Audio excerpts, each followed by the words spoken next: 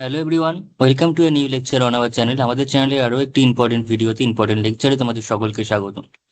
তোমরা জানো আমরা বিএসসি ম্যাথামেটিক্স মেজর এবং মাইনরের ক্ষেত্রে ক্লাসিক্যাল অ্যালজেব্রা পোর্শন থেকে কমপ্লেক্স নাম্বার চ্যাপ্টারটি কন্টিনিউ করছি এবং তার বেশ কিছু লেকচার অলরেডি আমাদের আপলোড করা হয়ে গেছে। সেগুলো যারা এখনো পর্যন্ত দেখোনি তারা অবশ্যই প্লেলিস্ট থেকে কিন্তু পরপর ভিডিওগুলো দেখে নাও, কারণ পরপর কনসেপচুয়ালি কম্প্যাক্ট ওয়াইজ আমরা যদি ভিডিওগুলো দেখি তাহলে কিন্তু আমাদের শিখতে, বুঝতে এবং জানতে সুবিধা হবে। ঠিক আছে, তো আজকের ক্লাসে আমরা যেটা আলোচনা করব সেটা হচ্ছে মূলত ট্রায়াঙ্গেল ইনইকুয়ালিটি। কারণ ইনইকুয়ালিটির কনসেপ্টটা কমপ্লেক্স নাম্বারের ক্ষেত্রে আমরা কিন্তু অলরেডি শুরু করে দিয়েছি। এর আগে আমরা কিছু বেসিক ইনইকুয়ালিটি, সেটা মডুলাস অফ জেড এর সঙ্গে রিয়েল পার্ট অফ জেড কিংবা কমপ্লেক্স পার্ট অফ জেড, এগুলোর সম্পর্ক বা এদের ইনইকুয়ালিটি রিলেটেড প্রবলেম সলভ করেছি, প্রমাণ করেছি তাদের ইনইকুয়ালিটি।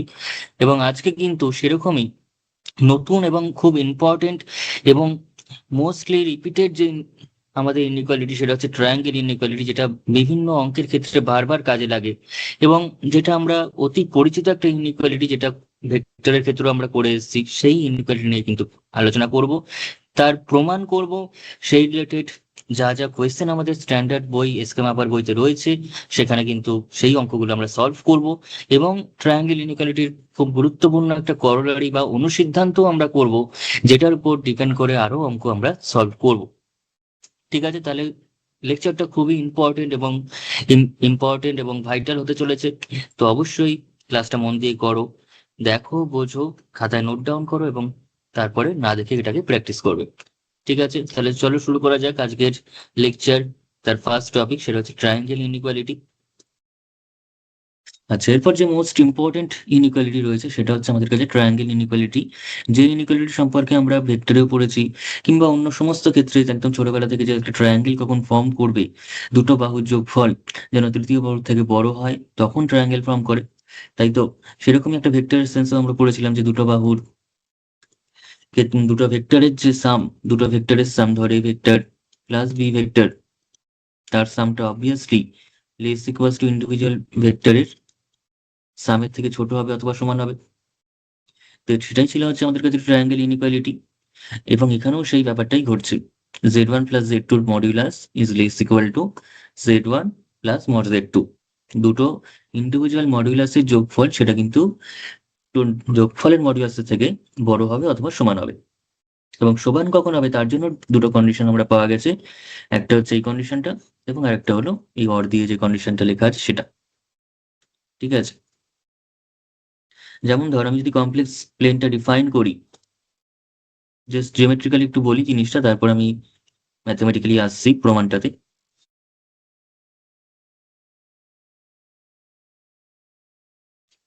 ধর এখানে আমাদের কাছে রয়েছে হচ্ছে z1 কমপ্লেক্স নাম্বারটা,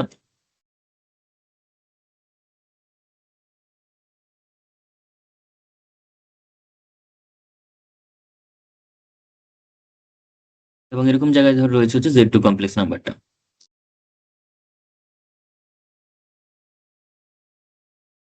এবং দুটোকে ধর যোগ করে এরকম কিছু একটা পাচ্ছি আমরা। এখানে ধর z1 রয়েছে, এখানে ধর z2 রয়েছে। তাহলে মড z1 মানে কোনটা? মড z1 মানে এই অংশটা। মড z2 মানে কোনটা? মড z2 মানে এই অংশটা। আর আমি ধরলাম এটা হচ্ছে z1 প্লাস z2 মোড। ঠিক আছে, তাহলে এই যে ট্রায়াঙ্গেলটা ফর্ম করলো, এই ট্রায়াঙ্গেলটা ফর্ম করার জন্য কিন্তু উপরের বাহুর যে লেন্থটা, অর্থাৎ এই লেন্থটা, সেটাকে অবভিয়াসলি, উপরের যে বাহুর লেন্থটা সেটা কিন্তু অবভিয়াসলি এই দুজনের বাহুর লেন্থের থেকে আমাদের কিন্তু কি হতে হবে? ছোট অথবা সমান হতে হবে। তাহলে কি এই ট্রায়াঙ্গেলটা ফর্ম করবে? এদিকে রিয়েল অ্যাক্সিস রয়েছে, এদিকে রয়েছে হচ্ছে ইমাজিনারি অ্যাক্সিস। ওকে, তাহলে এটার অ্যাকচুয়াল প্রুফটাতে আমরা এবার আসি, ম্যাথমেটিক্যাল প্রুফটার মধ্যে।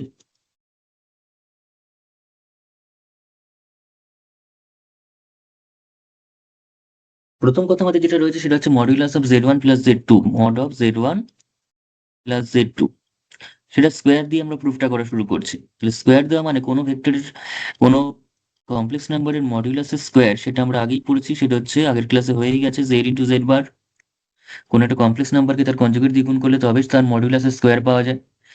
তার মানে এখানেও এই যে কমপ্লেক্স নাম্বারটা, তাকে যদি তার মানে কনজুগেট দিয়ে গুণ করা হয়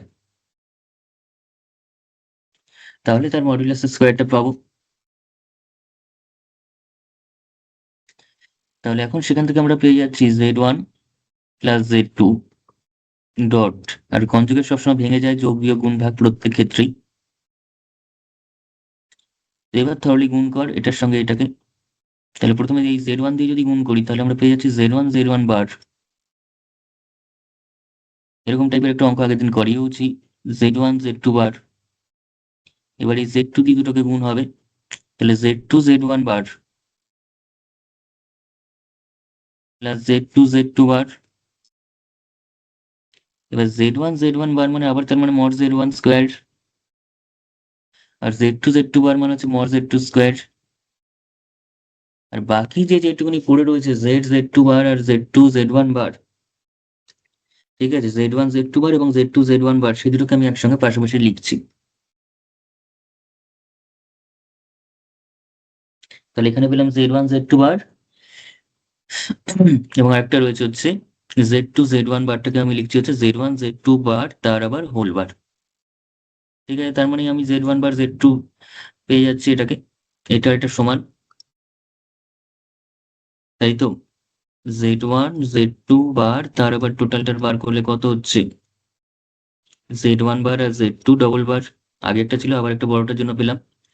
তার মানে টোটালটা কত হয়ে গেল, z1 বার আর একই সব কমপ্লেক্স নাম্বারের উপর দুবার বার নিলে সেটা কি হয়, এমনি কমপ্লেক্স নাম্বারটাই থেকে যায়, অর্থাৎ z2ই থেকে যাবে, তাই তো। আমরা z1 বারকে অবভিয়াসলি আমরা এই ফর্মে লিখতে পারি। ব্যাস, তো এখান থেকে আমরা আর কি কি করতে পারছি দেখি।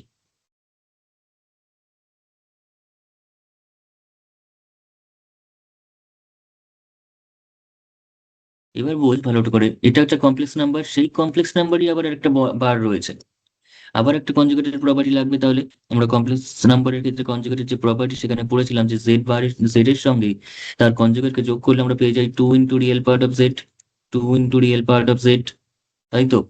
সেটা প্রমাণ করে দেখানো হয়েছে, তার জন্য সেই ভিডিওটা অবশ্যই আমাকে দেখে নিতে হবে। তাহলে 2 × রিয়েল পার্ট অফ জেড হয়ে যাবে। এবার জেড তো না, এখানে জিনিসটা রয়েছে z1 z2 বার দিয়ে, তাহলে এই ঘটনাটা ঘটবে, ঠিক আছে।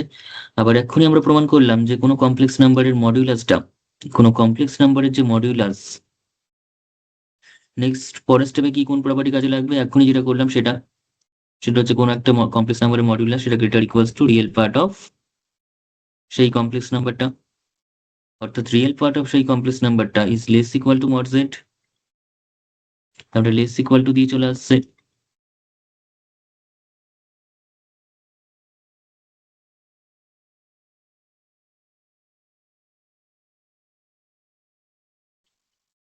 হয়েছে। এবং নেক্সট যে প্রপার্টি সেটা কি কাজে লাগবে, নেক্সট প্রপার্টি কাজে লাগবে হচ্ছে z1 z2 তার modulus is equals to z1 modulus z2 modulus. দুটো কমপ্লেক্স নাম্বারের গুণ করে মডিউলাস নিয়ে যাওয়া হবে, মডিউলাস নিয়ে গুণ করলে তাই হবে। তার মানে mod of z1 square plus mod of z2 square plus এখানে কত রয়েছে, 2 × mod of z1 × z2 বার। আচ্ছা, নেক্সট কি প্রপার্টি কাজে লাগাবো, নেক্সট যে প্রপার্টি কাজে লাগবে সেটা হচ্ছে কোন একটা কমপ্লেক্স নাম্বারের বারের মডিউলাস আর এমনি মডিউলাস সেমই হবে। তার মানে এই যে z2 বারের মডিউলাস আর z2 এর মডিউলাসের মধ্যে কোনো ডিফারেন্স নেই।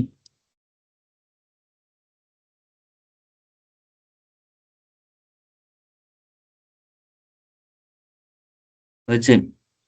তাহলে এইবার পুরো দেখ ফর্মুলায় পড়ে গেছে, a² + b² + 2ab ফর্মুলা কিন্তু আমাদের পুরো এক্সপ্রেশনটা পড়ে যাচ্ছে। ঠিক আছে, তাহলে সেটাকে আমরা লিখতে পারি মডিউলাস অফ z1 স্কোয়ার, মানে z1 প্লাস z2 তার হোল স্কোয়ার, আর ওদিকে আমাদের কাছে হয়েছে হচ্ছে modulus of z1 plus z2 square থেকে স্টার্ট করেছিলাম। এবং এখানে যেহেতু মাঝখানে একটা লেস ইকুয়াল টু সাইন চলেই এসেছে, তাই এখানেও লেস ইকুয়াল টুই হবে, সেই ব্যাপারে আর কিছু সন্দেহ নেই। ওকে, এবার যদি আমরা রুট গুলোকে ওঠাই, মানে স্কোয়ার গুলোকে ওঠাই, তাহলে কি থাকবে না, z1 plus z2 less equals to mod z1 plus mod z2। এবং এখানে কোনো ইনইকুয়ালিটি চেঞ্জ হবে না, বিকজ প্রত্যেকেই হচ্ছে positive number. Each and every যে টার্মগুলো রয়েছে সেটা মড z1ই বল বা মড z2ই বল বা মড z1 প্লাস z2ই বল, প্রত্যেকেই যেহেতু মডুলাস প্রত্যেকেই পজিটিভ। তো পজিটিভলি যখন রুট হচ্ছে, স্কোয়ার রুট হচ্ছে, তখন সাইনের কিন্তু মাঝখানে যে ইনইকুয়ালিটিটা রয়েছে লেস ইকুয়ালিটি সেটা কিন্তু চেঞ্জ হবে না। ঠিক আছে, তাহলে পাশে অবশ্যই লিখে দেবো since modulus of z1 plus z2 সেটাও greater equals to 0, mod z1 সেটাও greater equals to 0, mod z2 সেটাও কিন্তু গ্রেটার ইকুয়ালস টু 0। তাই এই ঘটনাটা ঘটলো। আর ইকুয়ালিটি কখন অকার করবে সেটা এবার আমরা বলবো। সেটা আমরা কোথা থেকে বুঝতে পারছি ইকুয়ালিটি কখন অকার করবে? ইকুয়ালিটি অকার করবে হচ্ছে যখন আমাদের কাছে এই যে স্টেপটাতে যখন মড জেড আর রিয়েল পার্ট অফ জেড সমান হবে, অর্থাৎ যখন real part of z1 z2 বার এবং তার মডিউলাসটা যখন সমান হবে, মডিউলাসটা এবং real part of z1 z2 বার যখন সমান হবে, তখন আমরা বলতে পারবো যে ইকুয়ালিটি অকার করবে। ঠিক আছে, তাহলে ইকুয়ালিটি অকার্স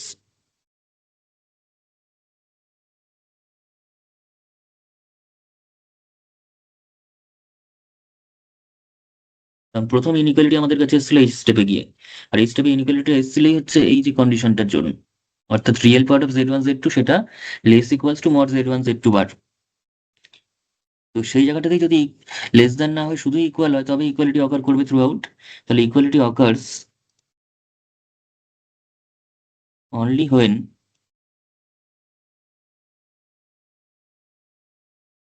সেটা কার সঙ্গে সমান হতে হবে না, মডিউলাস অফ z1 z2 বারের সঙ্গে সমান হতে হবে। এবং সেটা একমাত্র তখনই পসিবল যখন z1 z2 বার একটা পিওরলি রিয়েল নাম্বার, তবে গিয়ে তার রিয়েল পার্টের সঙ্গে এবং মডুলাস ভ্যালুটা সমান হবে। ঠিক আছে, এবং মডুলাসের সঙ্গে সমান হতে গেলে তাকে অবভিয়াসলি পজিটিভ অথবা জিরো হতে হবে। সে নেগেটিভ হলে কিন্তু মডুলাসের সঙ্গে সমান হতে পারবে না, কারণ মড ভ্যালু কখনোই নেগেটিভ নয়। তাই নেগেটিভ কোনো ভ্যালুর সঙ্গে সেই মডুলাসটা সমান হবে না। এর মডুলাস তখনই সমান হবে যখন সেটা পজিটিভে বেরোবে বা শূন্যতে বেরোতে পারে। যেমন that is z1 z2 bar is a real number বা is a non-negative real number.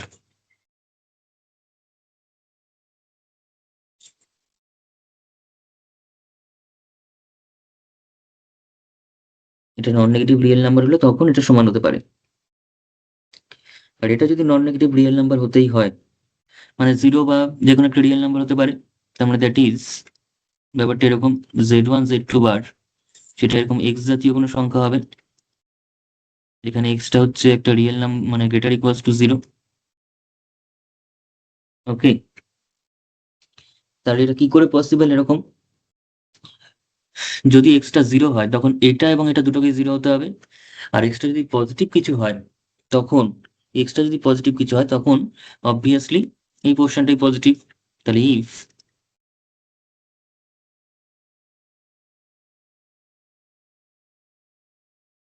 x equals to 0, this implies z1 z2 bar equals to 0, তার মানে z1 z2 ইন্ডিভিজুয়ালি 0 হতেই হবে। ওকে, বা যে কোনো একজনকে 0 হলেই হবে, ইন্ডিভিজুয়ালি হতে হবে না, যে কোনো একজনকে 0 হতে হবে। ঠিক আছে, and if x greater than 0, this implies z1 z2 bar সেটাই গ্রেটার দ্যান 0 বেরোচ্ছে, সেটাই গ্রেটার দ্যান 0 হচ্ছে এবং একটা রিয়েল ভ্যালু হচ্ছে।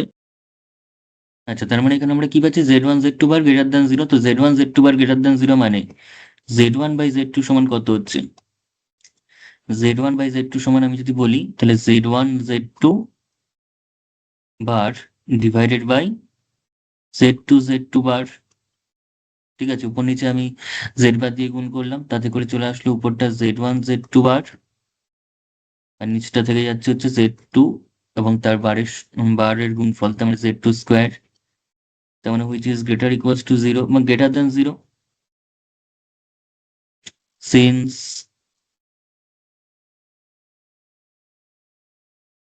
z1 z2 বার এবং মড z2 স্কোয়ার তারা greater than 0।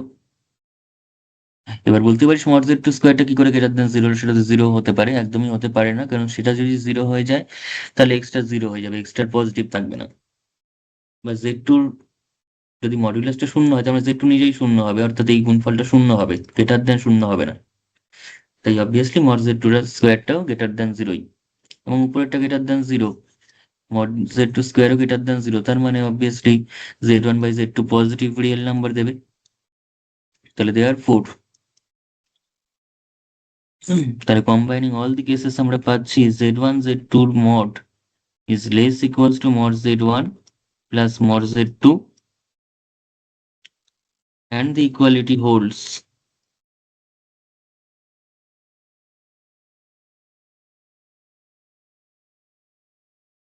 if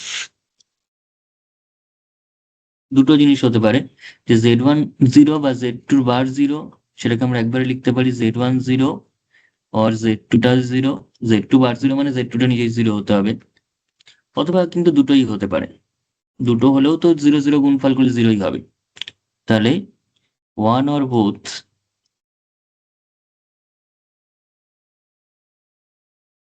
z1, z2 be zero,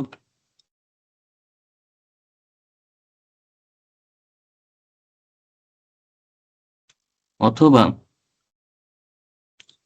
z1/z2 is a positive real number.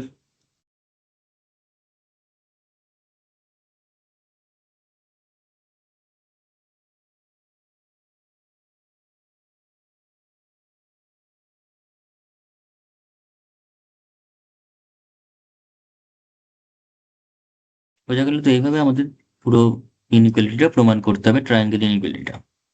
ঠিক আছে, ট্রায়াঙ্গেল ইনইকুয়ালিটি প্রমাণ করতে গেলে কিন্তু প্রত্যেকটা স্টেপে যা যা প্রপার্টি এতদিন আমরা পড়েছি, প্রথম যে ক্লাসগুলো করলাম, সেই প্রত্যেকটা ক্লাসের যে প্রপার্টিগুলো, সেই প্রপার্টিগুলো কিন্তু প্রতিটা স্টেপে লেগেছে। ঠিক আছে, সেই প্রপার্টিগুলো কিন্তু মিস করলে হবে না। বোঝা গেছে?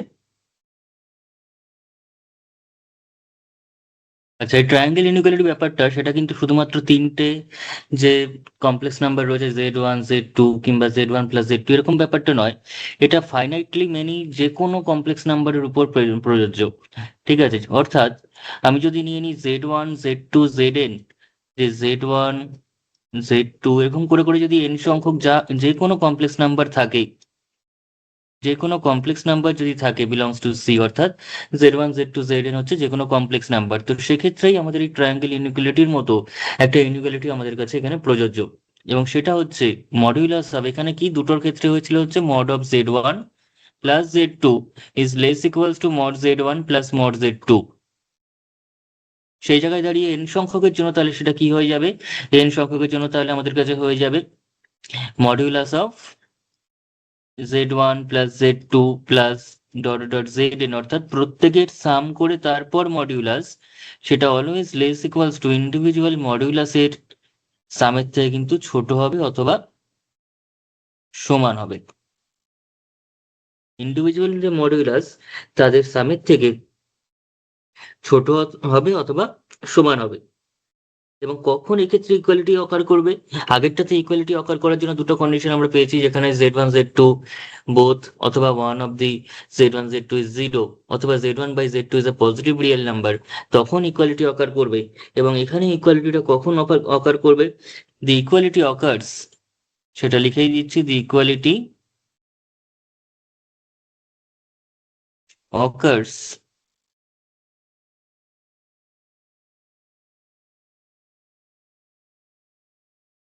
the equality occurs only when the ratio of every two non-zero complex number are positive. The equality occurs only when the ratio, এখানে যেমন z1/z2 টা পজিটিভ রিয়েল নাম্বার হয়েছিল সেখানে, আর এখানে হয়ে যাবে হচ্ছে যে কোনো দুটো complex number obviously non zero complex number, কারণ নন জিরো যদি না হয় তুই নিজেরাই ভাব, z1/z2, z1 যদি নন জিরো না হয়, মানে z1 যদি জিরো হয়ে যায় তাহলে তো এটা পজিটিভ হবে না, এটা শূন্য হয়ে যাবে। z1 জিরো হলে z1/z2 শূন্য হয়ে যাবে, আর যদি z2 জিরো হয় তখন আনডিফাইন হয়ে যাবে।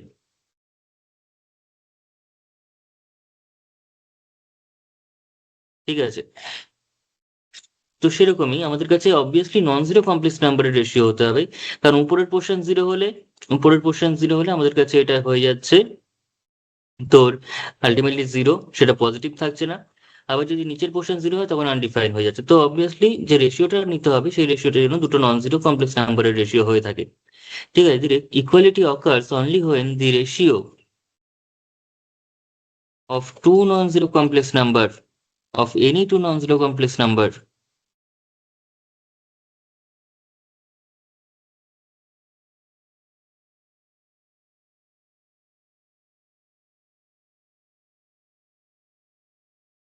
of any two non-zero complex number are positive real number.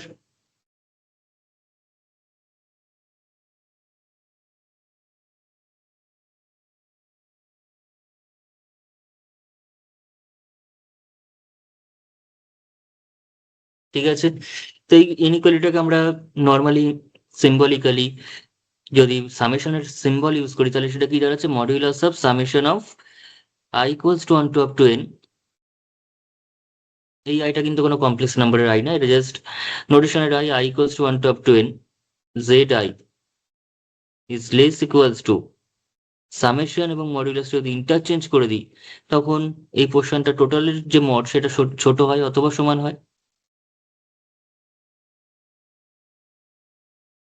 বোঝা গেছে? তাহলে এটা হচ্ছে ফাইনাইটলি মেনি কমপ্লেক্স নাম্বারের ক্ষেত্রে, ফাইনাইটলি মেনি কমপ্লেক্স নাম্বারের ক্ষেত্রে আমাদের ট্রায়াঙ্গেল ইনইকুয়ালিটির যে এক্সপ্রেশন সেটা। ওকে, তো এবার আমরা যেটা করব সেটা হচ্ছে আমাদের যে স্ট্যান্ডার্ড ক্লাসিক্যাল অ্যালজেব্রার বই সেটা হচ্ছে এসকে মাপা টেক্সট বুক তো হিসাবে আমরা যেটাকে ধরে থাকি অ্যাকচুয়ালি। তো সেই এসকে মাপা তার বই থেকে আমরা এই ট্রায়াঙ্গেল ইনইকুয়ালিটি রিলেটেড যে ধরনের প্রবলেম রয়েছে, যে ইনইকুয়ালিটি কোয়েশ্চেন আমাদের রয়েছে সেটা কিন্তু এবার সলভ করে নেব। তো দেখা যাক প্রথম কি কোয়েশ্চেন আমাদের কাছে রয়েছে ফ্রম ট্রায়াঙ্গেল ইনইকুয়ালিটি। আচ্ছা, তো ট্রায়াঙ্গেল ইনইকুয়ালিটি থেকে আমাদের প্রথম কোয়েশ্চেন হচ্ছে আমার বই অনুযায়ী এসকে মাপা ক্লাসিক্যাল অ্যালজেব্রা, এসকে মাপা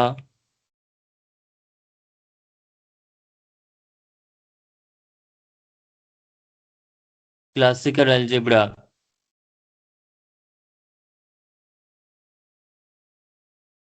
এক্সারসাইজ 2A, তার 2 নম্বর কোয়েশ্চেনটা। আচ্ছা, এখানে একসাথে দুটো কোয়েশ্চেন রয়েছে। আমাদের প্রথম কোয়েশ্চেনটা কি বলেছে, z1/mod z1 plus z2/mod z2 তার টোটালটার mod is less equals to 2। অর্থাৎ এটা কিন্তু একদম যে আমরা ট্রায়াঙ্গেল ইনইকুয়ালিটিটা করলাম তার ডাইরেক্ট অ্যাপ্লিকেশন। ঠিক আছে, প্রথম কোয়েশ্চেনটাকে করা যাক। প্রথম যে কোয়েশ্চেনটা আমাদের দিয়েছে তার সলিউশনটা দেখি কি হয়। তাহলে সলিউশনে আসি। প্রথমটাকে দিয়েছে হচ্ছে modulus of z1 mod of z1 by mod z2, না mod of z1 divided by z1 plus z2 divided by mod z2 এবং এটার টোটালটার মড। সেটা আমরা ডাইরেক্টলি কাজটা করতে পারি, যেটাকে যদি আমরা ট্রায়াঙ্গেল ইনইকুয়ালিটি অ্যাপ্লাই করি। ট্রায়াঙ্গেল ইনইকুয়ালিটি কি বলছে, এটা একটা কমপ্লেক্স নাম্বার এবং এটা একটা কমপ্লেক্স নাম্বার, তাদের টোটালটার মড দেওয়া রয়েছে। এটা একটা কমপ্লেক্স নাম্বার এবং এটা একটা কমপ্লেক্স নাম্বার, তার টোটালটার কি দেওয়া রয়েছে, মড দেওয়া রয়েছে। ঠিক আছে, তাহলে এই যে টোটাল যে মডটা দেওয়া রয়েছে সেটা কি হয়, সেটা লেস ইকুয়াল টু হয় কার থেকে, লেস ইকুয়াল টু হয় না ইন্ডিভিজুয়ালি মডের সামের থেকে লেস ইকুয়াল টু হয়। তাই তো, তার মানে mod of z1 divided by z1 এর mod plus z2 divided by z2 mod. কেন হলো বল এটা, এটা হলো হচ্ছে যেহেতু আমাদের কাছে সিন্স বাই ট্রায়াঙ্গেল ইনইকুয়ালিটি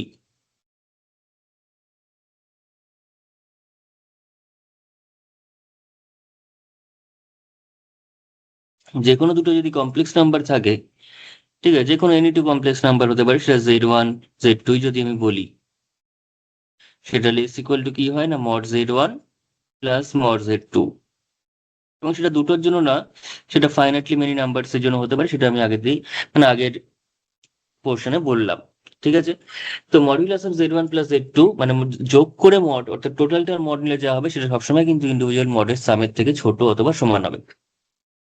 ঠিক আছে, তাহলে এখান থেকে আমরা যদি কনক্লুশন করি তাহলে দিস ইজ ইকুয়াল টু আমাদের কাছে আমরা পেয়ে যাচ্ছি z1 mod ডিভাইডেড বাই নিচে তো একটা অলরেডি একটা Z1 মড রয়েছে, তারপর আরো একটা মড চাপবে। এই মডটাই প্রথমে Z1 এর উপর গেল, আবার সেটা নিচেরটাতেও যাবে। ঠিক আছে, প্লাস এখানেও তাই Z2 mod divided by modulus of Z2। এবার এখানে তার মানে কি হচ্ছে, এখানেও কিন্তু আমাদের লজিকটা একই ব্যাপার, যে since mod of Z1 by Z2 দুটো কমপ্লেক্স নাম্বারের মডুলাস যদি এরকম ভাবে থাকে, তাহলে সেই মডুলাসটা কিন্তু ভেঙে যায়। সেটা গুণের ক্ষেত্রেও হয়, যোগের ক্ষেত্রে মানে ভাগের ক্ষেত্রেও হয়, শুধুমাত্র যোগ বিয়োগের ক্ষেত্রে সেটা হতে চায় না। তখন একটা ইনইকুয়ালিটি ফলো করে, ডাইরেক্ট ইকুয়ালিটি সবসময় আসে না। সেটাই হচ্ছে ট্রায়াঙ্গেল ইনইকুয়ালিটি। যোগের সময় Z1 + Z2 টোটালটার মড থাকলে সেটা ইন্ডিভিজুয়াল মডের সঙ্গে যে রিলেশন, সেটা কিন্তু কোনো ইকুয়ালিটি রিলেশন অলওয়েজ নয়, সেটা একটা ইনইকুয়ালিটি রিলেশন। সেখানে ছোট হতে পারে, সমানও হতে পারে। কিন্তু গুণের ক্ষেত্রে বা ভাগের ক্ষেত্রে যখন টোটালে মড থাকবে, তখন সেটা কিন্তু ইন্ডিভিজুয়ালি সেম ফর্মেই মডিউলাসে ভেঙে যাবে। হুম, ঠিক আছে, অবশ্যই প্রোভাইডেড বলে দেওয়া দরকার এখানে, প্রোভাইডেড Z2 ≠ = 0, এবং এখানেও আমাদের বলে দেওয়া দরকার ছিল, এবং বলে দেওয়াও আছে in fact, non zero complex number. Non zero যদি না বলে দেওয়া থাকতো, তাহলে কিন্তু নিচেই মডিউলাস কথাটা দিতেই পারতো না। কারণ জিরো কমপ্লেক্স নাম্বারের মডিউলাস কিন্তু অলওয়েজ জিরো হয়, জিরো কমপ্লেক্স নাম্বারের মডিউলাস কিন্তু অলওয়েজ জিরো হয়।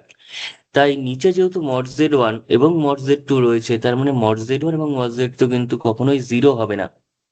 অর্থাৎ Z1 Z2 কখনোই জিরো কমপ্লেক্স নাম্বার হবে না, তারা নন জিরো কমপ্লেক্স নাম্বার হবে।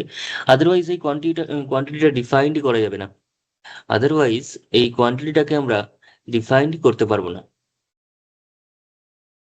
তো যাই হোক, এটা তো রয়েছেই। এইবার হচ্ছে আসল গল্প, সেটা হচ্ছে Z1 আর নিচে Z1 এর ডবল মড। Z1 আর নিচে Z1 এর ডবল মড। তো এটাকে আমরা কিভাবে এক্সপ্রেস করতে পারি? Z1 রয়েছে আর Z1 এর ডবল মড, সেটাকে আমরা কিভাবে এক্সপ্রেস করতে পারি? সেটা obviously modulus of Z1 divided by mod of Z1ই হবে। একটা কোনো নাম্বারের উপর দিয়ে একবার মড নিয়ে নেওয়া হয়, তারপর আমি সেই মড নেওয়ার পর যতবারই মড নিই সেটা তাই থাকবে। যেমন ধর -2, -2 এর উপর একবার মড নিলে সেটা 2 এসে যাচ্ছে। -2 এর উপর একবার মড নিলে সেটা 2 এসে যাচ্ছে। এরপর যদি আমি 4টে মডও নিই -2 এর উপর, ঠিক আছে, প্রথম যে মডুলাসটার জন্য সেটাই তো 2 হয়ে গেছে, তারপর বাকি যে 3টে করে মড পড়ে রয়েছে, তো সেই 2 এর মড তো 2ই হবে, নাকি অন্য কিছু হবে? তারপরে যে দুটো মড রয়েছে, ভিতরের মডটার জন্য তো সেই আবার 2ই পাবো, 2 এর মড হিসাবে। আবার লাস্টে তো সেই 2 পাবো, এবং সেই 2টাই হচ্ছে -2 এর মড। তার মানে কোনো একটা নাম্বারের উপর, সেটা কমপ্লেক্স নাম্বার যে পিওরলি হতে হবে এমন কোনো কথা নেই, সেটা রিয়েল নাম্বারও পিওর রিয়েল নাম্বার হতে পারে। তো মডুলাস একবার নিয়ে নেওয়ার পর তারপর যতবারই মড নেব, সেই ভ্যালুটাই আমাকে দেবে, সেই ভ্যালুটাই কিন্তু আমাকে দেবে। সেখানে কিন্তু নতুন কিছু আর পাওয়া পসিবল আমাদের পক্ষে হবে না। অর্থাৎ mod of Z is always কিন্তু জেডই, মড জেডই হবে, সেটা নতুন কোনো অন্য কিছু পাবো না। ঠিক আছে, সেটা কিন্তু অলওয়েজ কি হবে, মড জেডই আমরা পাবো। যদি একাধিকবার আমরা মডুলাস নিই, তাতেও কিন্তু সেমই হবে। যদি জেনারেলাইজ প্রমাণ করতে চাস, তাও আমি বলে দিতে পারি। জেনারেলাইজ যদি প্রমাণ চাস, যেটা কেন হচ্ছে, ধর Z নিলি x+iy। ঠিক আছে, এখানে কিন্তু কিছু অজানা থাকবে না আমাদের ক্লাস থেকে। আমাদের ক্লাসটা এমন ভাবেই হবে, এখানে কোনো গল্প দিয়ে বাতলা দিয়ে টাইম নষ্ট করা হয় না এখানে, বা হবেও না। এখানে যা হবে, যেটুকু হবে, সেটা কিন্তু অঙ্কের মাধ্যমেই হবে, অঙ্কই হবে। তাই অঙ্ক শিখতে চাইলে, জানতে চাইলে, বুঝতে চাইলে এই ক্লাসগুলো যথেষ্ট। ঠিক আছে, আর গল্প শেখার জন্য অনেক অনেক সুন্দর সুন্দর ক্লাস রয়েছে, সেখানে অনেক নানান রকম গল্প শেখানো হবে, কিন্তু অঙ্ক শিখতে হলে এই জায়গাটা কিন্তু ভীষণ ভীষণ দরকার।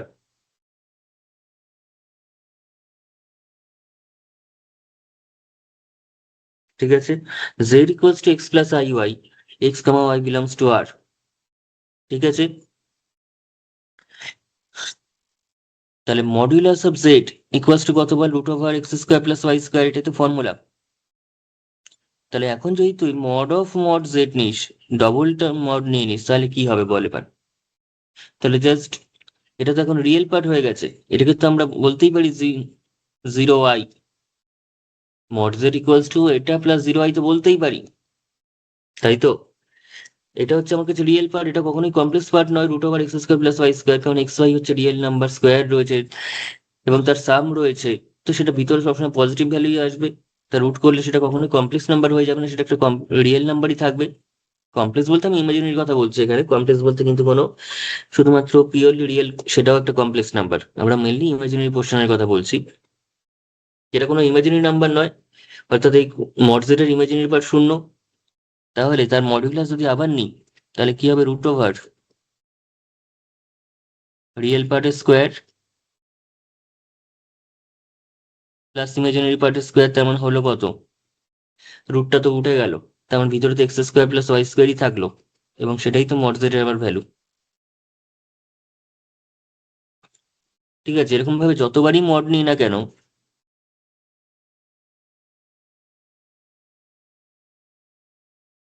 ঠিক আছে, যতবারই মড নেবো সে আমাকে মড জেডই দেবে। ঠিক আছে, গুণে বসিয়ে দিবি দুই দিক সমান করে, এটা মড জেডই পাবো। এই যে নোটেশনটা, এই নোটেশনটা বিশেষ গুরুত্ব রয়েছে। এটা কোনো মড, ডবল মড এখন আমরা ডবল মড হিসাবে ইউজ করছি, কিন্তু পরপর দুটো মড দেওয়ার তার একটা আলাদা গল্প রয়েছে, সেটাকে বলা হয় নর্ম। সেটাকে বলা হয় নর্ম, NORM। যেটা হায়ার ম্যাথমেটিক্সে আরো মানে আরো সেমিস্টার এগুলো তোরা পাবি, সেখানে রিয়েল অ্যানালিসিস বলে একটা পোর্শন রয়েছে। সেই রিয়েল অ্যানালাইসিসে আমাদের রিম্যান ইন্টিগ্রেশন বলে একটা পোর্শন, সেখানে নর্মের কনসেপ্ট পাবো। তাছাড়া আরো অন্যান্য কিছু ক্ষেত্রে আমাদের নর্মের কনসেপ্ট রয়েছে। ঠিক আছে, নর্মের কনসেপ্ট কিন্তু আমাদের রয়েছে, সেখানে আমরা এই ডবল মডের যে ব্যাপারটা সেটা আরো ভালো করে বুঝতে পারবো। ঠিক আছে, তো যাই হোক, mod Z one by mod Z one plus mod Z two by mod Z two, তার মানে এটা কেটেই গেল, কেটে এটা ওয়ান হয়ে গেল, এবং এটাও ওয়ান হলো, তার মানে টোটাল টু পেয়ে গেলাম।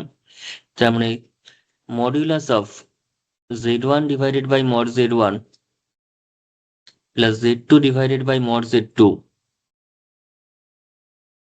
সেটা লেস ইকুয়াল টু দিয়ে শুরু হয়েছিল, তো লেস ইকুয়াল টু এখানে হবে লেস ইকুয়াল টু টু। কখনো যদি দেখিস কোনো ক্যালকুলেশন করতে করতে মাঝখানে লেস ইকুয়াল টু চলে এসছে বা গেটার ইকুয়াল টু চলে এসছে, তাহলে লেস ইকুয়াল টু বা গেটার ইকুয়াল টু যেটা আসবে সেটাই সেটাই অ্যান্সারে থাকবে।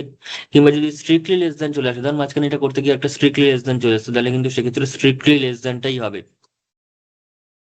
ঠিক আছে, যেটা মোর রেস্ট্রিক্টেড সেই ভ্যালুটাই কিন্তু হয়। এমন কোনো ব্যাপার নেই যে লাস্টে ইকুয়ালিটি দিয়ে শেষ হয়েছে বলে আমি এখানে ইকুয়ালিটি কন্টিনিউ করব। অনেকের যে ভুল ধারণাটা থাকে, সেই ধারণাটা এখন একটু ভেঙে দিই, তারপর সব কাজ হবে। অনেকে যেটা ভাবে এখানে লেস ইকুয়াল টু দিয়ে শুরু করেছি মানে পরপর সব লেস ইকুয়াল টু হতে হতে যাবে। কেন হতে হতে যাবে? কেন হতে হতে যাবে? আমরা এই লাইনের সঙ্গে কি এই লাইনের কন্টিনিউ করছি? আমরা তো একটা যেটা করছি সেটা হচ্ছে সবসময় আগের লাইনের সঙ্গে পরের লাইন মেলাবো। আগের লাইনের সঙ্গে পরের লাইনে লেস ইকুয়াল টু সম্পর্ক। আর এখানে আগের লাইনের সঙ্গে পরের লাইনে কি কোনো লেস ইকুয়াল টু সম্পর্ক নাকি ডাইরেক্ট সম্পর্ক? অবভিয়াসলি ইকুয়ালিটির সম্পর্ক। তাহলে কেন আমরা এখানে লেস ইকুয়াল টু দেবো? এটা অনেকেরই ভুল ধারণা থাকে যে লেস ইকুয়াল টু এবার চলে এসছে মানে সেটাই কন্টিনিউ হতে থাকবে। কেন হতে থাকবে? এটার সঙ্গে এটার কি লেস ইকুয়াল টু সম্পর্ক? আমরা তো এটা থেকে এটা ডাইরেক্ট পাচ্ছি, এটা তো ইকুয়ালিটির সম্পর্ক হবে, কেন লেস ইকুয়াল টু বসাবো? এটা একটা ভুল ধারণা। আর ইনইকুয়ালিটি প্রবলেম সলভ করার ক্ষেত্রে আরো একটা যেটা ভুল ধারণা, সেটা হচ্ছে লাস্টে ইকুয়ালিটি দিয়ে শেষ করেছে। যারা আবার এটা বুঝে যায় যে না, এটা লেস ইকুয়াল টু এটার সঙ্গে এটার সম্পর্ক, বাকিগুলো তো এটার সঙ্গে তো এটার ইকুয়ালিটির সম্পর্ক, তাহলে ইকুয়ালিটি কন্টিনিউ হবে। যারা আবার এটা ভুলে যায়, মানে বুঝে যায়, তাদের ক্ষেত্রে আবার যে ভুলটা হতে পারে অনেক সময়, সেটা হচ্ছে লাস্টে ইকুয়ালিটি দিয়ে শেষ হচ্ছে মানে সেটা ইকুয়ালিটি হয়ে যাবে। তো সেটাও কিন্তু হয় না। আমাদের মাঝখানে যেটা বললাম, মাঝখানে লেস ইকুয়াল টু যদি চলে আসে তাহলে লেস ইকুয়াল টু হবে, গেটার ইকুয়ালস টু চলে আসলে গেটার ইকুয়ালস টু হবে, যদি লেস দ্যান চলে আসে তাহলে লেস দ্যানটাই প্রায়োরিটি পাবে। যদি মাঝখানে কোথাও ক্যালকুলেশনে গেটার দ্যান চলে আসে তাহলে সেই গেটার দ্যানটাই কিন্তু ফাইনাল আনসারে প্রায়োরিটি পাবে। ঠিক আছে, তো এই ব্যাপারগুলো মাথায় রেখে ইনইকুয়ালিটি সলভ করতে হবে। আশা করি এগুলো সবাই মোটামুটি বুঝিস। তো যাই হোক, এটা হচ্ছে আমাদের কাছে অ্যান্সারটা। তো এখানে মনে হলো যে এটা অঙ্কটা কিন্তু একদমই ছোট, আমি অন্য অনেক গল্প বললাম, অনেক ইয়ে করলাম, প্রমাণ টমাণ করে করলাম, তাই জিনিসটা এরকম লাগলো, কিন্তু আলটিমেটলি এই চারটে স্টেপে অঙ্কটা হয়ে যাচ্ছে, জাস্ট এই লজিকগুলো দিয়ে দিবি। ঠিক আছে, এই প্রমাণগুলো করার কোনো প্রয়োজন নেই, নর্মালি লজিকটা দিলেই হবে। ঠিক আছে, আর যারা করতে চাইবি তো তাদের খুব ভালো কথা। যারা প্রাসঙ্গিক অ্যান্সার করবি এবং বেশি লিখবি তাতে কোনো অসুবিধা নেই, বরঞ্চ এক্সামিনাররা কিন্তু খুশি হয়। আচ্ছা, এখানে এবার যে কোয়েশ্চেনটা দিয়েছে সেটা হচ্ছে এমন একটা কোয়েশ্চেন, সেটা দেখে মনে হচ্ছে যে কারোর কারোর মনে হচ্ছে অনেক বেশি কঠিন বা অনেক বেশি জটিল এক্সপ্রেশন, অথচ আবার কারোর মনে হতে পারে জিনিসটা কিন্তু অনেক বেশি সহজ। কারণ এখানে যারা এতক্ষণ পর্যন্ত ক্লাসটা ভালো করে বুঝতে পেরেছিস তাদের কিন্তু এটা ধরার কথা যে Z1 + Z2 modulus, Z1 + Z2 সঙ্গে mod of Z1 + mod of Z2 কিন্তু একটা রিলেশন রয়েছে। মড অফ Z1 এবং মড অফ Z2 একটা রিলেশন রয়েছে, যে রিলেশনটা হচ্ছে ডাইরেক্ট আজকের ফার্স্ট জিনিস, সেটা হচ্ছে ট্রায়াঙ্গেল ইনইকুয়ালিটি। এবং টু এর সাথে এটার একটা রিলেশন রয়েছে, এই ইনইকুয়ালিটিটার বা এই এক্সপ্রেশনটার, যেটা কিনা আমরা এক্ষুনি প্রথম অঙ্কটাতে করলাম। তাহলে এবার ভাবতেই পারিস যে এটার সঙ্গে এটার দিকে মাল্টিপ্লাই রয়েছে, আবার এটার সঙ্গে এটা মাল্টিপ্লাই রয়েছে, তার মানে দুটো দুদিক মাল্টিপ্লাই করে দিলেই তো আমাদের ইনইকুয়ালিটি চলে আসবে। কিন্তু দুঃখের বিষয়, অঙ্কটা এতটা সোজা হতে পারছে না। তার কারণ হচ্ছে শুধুমাত্র এই সাইনটা। এই সাইনটার জন্য অঙ্কটা সোজা হতে হতেও হতে পারলো না। কারণ তোরা ভাব, তোরা জাস্ট, আমি একটু যার যার মনে এই প্রশ্নটা আসছে যে দুটো গুণ করলে হয়ে যাবে, তাদের এবার ভুলটা ভাঙানোর চেষ্টা করি। মিথ্যা কথা বলবো না, আমার মনেও এই জিনিসটা কিন্তু এসেছে যে না হয়তো দুটো দুটো গুণ করলে চলে আসবে, কিন্তু পরক্ষণেই দেখলাম ইনইকুয়ালিটি তো ঠিক জায়গায় নেই।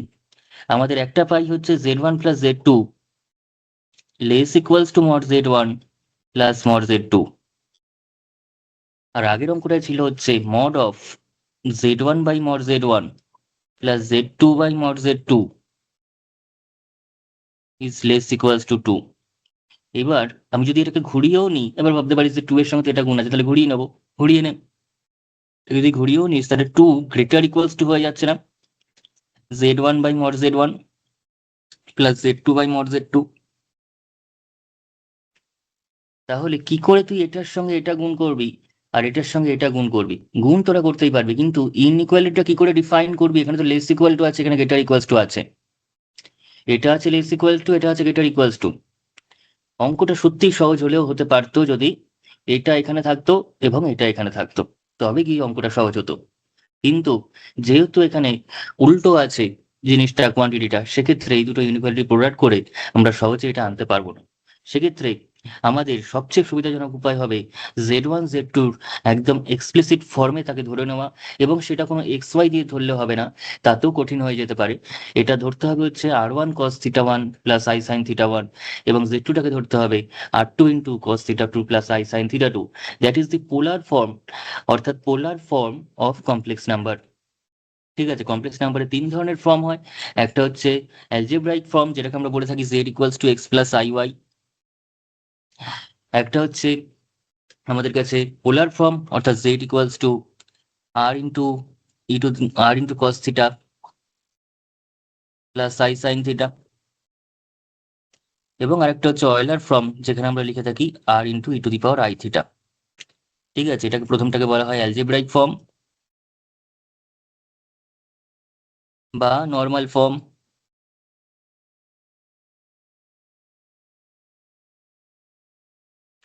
এটা হচ্ছে পোলার ফর্ম, এবং এটা হলো অয়েলার ফর্ম। ক্লাস 11 আমরা এই দুটো ফর্ম সম্পর্কে প্রচুর পরিচিত। এটা অতটা ইউজ হতো না, কিন্তু যদিও যারা জয়েন্টের জন্য প্রিপারেশন নিয়েছিস, যারা কম্পিটিটিভ এক্সাম দিয়েছিলি, তাদের ক্ষেত্রে কিন্তু এই ফর্মটাও কাজে লেগেছে। R × e⁻I⁻θ is nothing but cos θ plus I sin θ। cos θ plus I sin θ যদি আমরা ইনফাইনাইট সিরিজ এক্সপ্যানশন করি, তাহলে e⁻I⁻র এক্সপ্যানশনের সঙ্গে কিন্তু সেটা মিলে যাবে। ঠিক আছে, তো এটা হচ্ছে আমাদের কাছে অয়েলার ফর্ম। তো এই তিনটে ফর্ম রয়েছে, তার মধ্যে এই অঙ্কটা করার ক্ষেত্রে আমরা পোলার ফর্মটা বেশি ইউজ করে করব, কারণ অন্য ফর্মে গেলে কিন্তু এখানে কঠিন হয়ে যেতে পারে অঙ্কটা। ঠিক আছে, পোলার ফর্ম মানেটা কি? কমপ্লেক্স নাম্বারের পোলার ফর্ম তোরা শিখেছিলি যে Z1 = আমি ডিটেলসে এখানেও করাবো, কিন্তু এখন আপাতত এই অঙ্কটা করার ক্ষেত্রে লাগবে, তাই আমি বলে দিচ্ছি। Z1 = R × cos θ plus I sin θ। এটা হচ্ছে কমপ্লেক্স নাম্বারের পোলার ফর্ম। আমরা যেমন Z1 এর কোনো ব্যাপার নেই, জেডটাই বল। ধর Z = তুই X + Iy লিখেছিস, তাহলে আমরা পোলার ট্রান্সফরমেশনের সময় কি করি? X = R cos θ এবং Y = R sin θ ধরি, সার্কুলার পোলার ট্রান্সফরমেশনে 2D তে। তাহলে সেটাই যদি আমরা এখন বসিয়ে দিই জেড এর ক্ষেত্রে, তাহলে জেডটাই তো এরকম পাচ্ছি আর into cos theta plus of I sine theta, যেখানে আরটাকে বলা হয় মডিউলাস অফ জেড এবং এই থিটাটা হচ্ছে আর্গুমেন্ট অফ জেড। এটা কিন্তু পড়া ক্লাস 9 কি বলছে, ক্লাস 11 এর জিনিস, বা অ্যামপ্লিটিউড অফ জেড।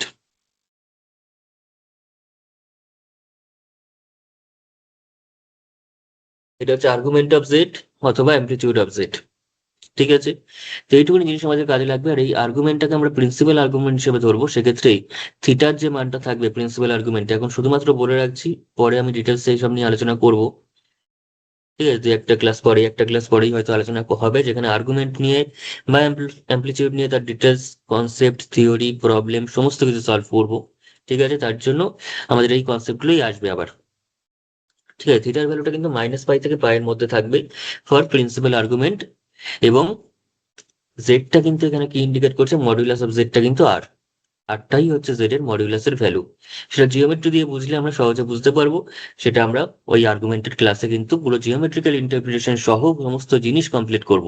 ঠিক আছে, তো প্রতিটা class, each and every class কিন্তু ভীষণ ভীষণ ভীষণ ইম্পর্টেন্ট, ভীষণ কনসেপচুয়াল, স্ট্রংলি কনসেপচুয়ালি আমাদের যদি হতে হয়, তো সেক্ষেত্রে অবশ্যই ক্লাসগুলোকে নিয়মিত ফলো করতে হবে। তো তার মধ্যে সেকেন্ড যে কোয়েশ্চেনটা রয়েছে, এবার যে কোয়েশ্চেনটা রয়েছে সেটার প্রমাণটাতে চলে আসি, যে বলেছে 2 × Z1 + Z2 মড। ঠিক আছে, তাহলে এখানে Z1 ধরে নি, late Z1 = R cos θ + I sin θ। এখানে R1 R2 দিয়ে করি, কারণ যেহেতু Z1 Z2 রয়েছে তাই আমরা R1 R2 দিচ্ছি, যেখানে R1 মানে মড Z1 এবং θ1 মানে হচ্ছে আর্গুমেন্ট অফ Z1। অবশ্যই স্মল আর্গুমেন্ট লিখবি, কেউ ক্যাপিটাল লিখবি না। ঠিক আছে, ক্যাপিটাল এ লিখবি না, এতদিন তোরা যা খুশি তাই করেছিস। অনেকেই দেখি সাইন কে ছোটবেলাতেও ক্যাপিটাল সাইন লিখতিস, এরকম ট্যান কে টি ক্যাপিটাল টি দিয়ে লিখতিস, কেউ কেউ, সবাই নয়, অনেকেই করতিস, কিন্তু সেটা সম্পূর্ণ ঠিক নয়। ক্যাপিটাল এস দিয়ে সাইন লেখা, কিংবা ক্যাপিটাল টি দিয়ে ট্যান লেখা, কিংবা ক্যাপিটাল সি দিয়ে কস লেখা, কিন্তু কিংবা ক্যাপিটাল এ দিয়ে আর্গুমেন্ট লেখা, কিংবা ক্যাপিটাল এল দিয়ে লগ লেখা, এগুলো সমস্তটার আলাদা মানে রয়েছে। সেই মানে আমরা এই চ্যাপ্টারে শিখবো। ছোট লগ আর বড় লগ সেম নয়, ছোট কজ আর বড় কজ সেম নয়, ছোট এআরজি এবং বড় আর্গুমেন্ট সেম নয়। ঠিক আছে, কেন সেম নয়, তাদের মধ্যে সম্পর্কটা কোথায়, সেই জিনিসগুলো আমরা ডিটেলসে শিখবো। এতদিন অনেকে না জেনেই এই জিনিসটা করতিস। ঠিক আছে, আমি যদি কখনো বাচ্চাদের ক্লাস নিই, সেক্ষেত্রে আমি বলে দেবো যে সাইন বা ট্যান বা আর্গুমেন্ট, এই ধরনের জিনিসপত্রগুলো ক্যাপিটাল এবং স্মল সেম জিনিস নয়। তোদের যেটা সিলেবাসে থাকছে সেটা এতদিন যেটা ছিল সেটা স্মলটাই ছিল, ক্যাপিটাল নয়। ঠিক আছে, কিন্তু তার জন্য, এই ভুলটা ধরার জন্য অবশ্যই যিনি পড়াবেন তার মধ্যে এই ধারণাটা থাকা অবশ্যই দরকার, যে না, ক্যাপিটাল এবং স্মল এক জিনিস নয়, তবে তো সে বলবে। ঠিক আছে,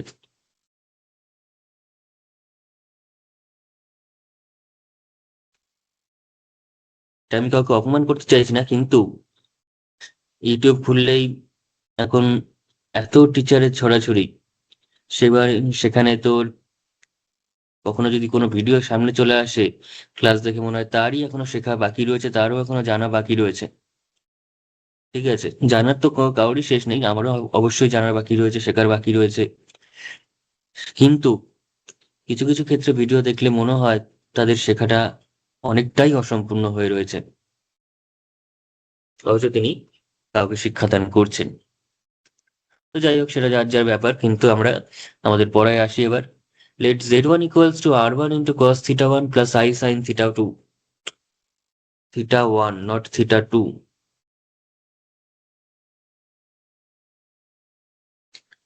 where R1 = mod Z1, θ1 = argument of Z1, and থিটার ভ্যালুটা কত, -π, less than θ1, less equals to পাই।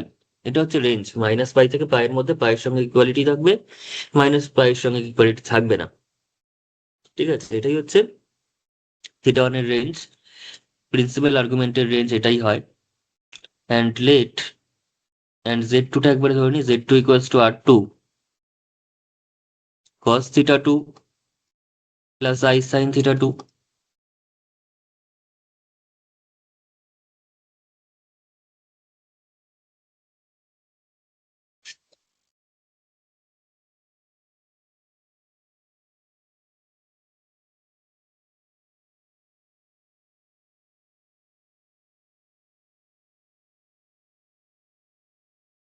হয়েছে।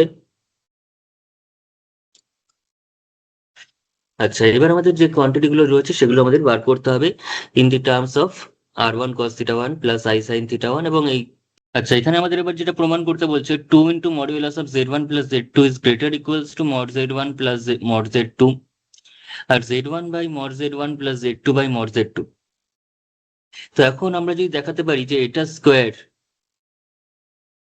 ইজ গ্রেটার দেন এটা স্কোয়ার, তাহলেই তো কাজ মিটে যাবে, তাহলেই তো এটা আমরা আনতে পারবো, কারণ যেহেতু সমস্তটা মডিউলাস দিয়ে রয়েছে।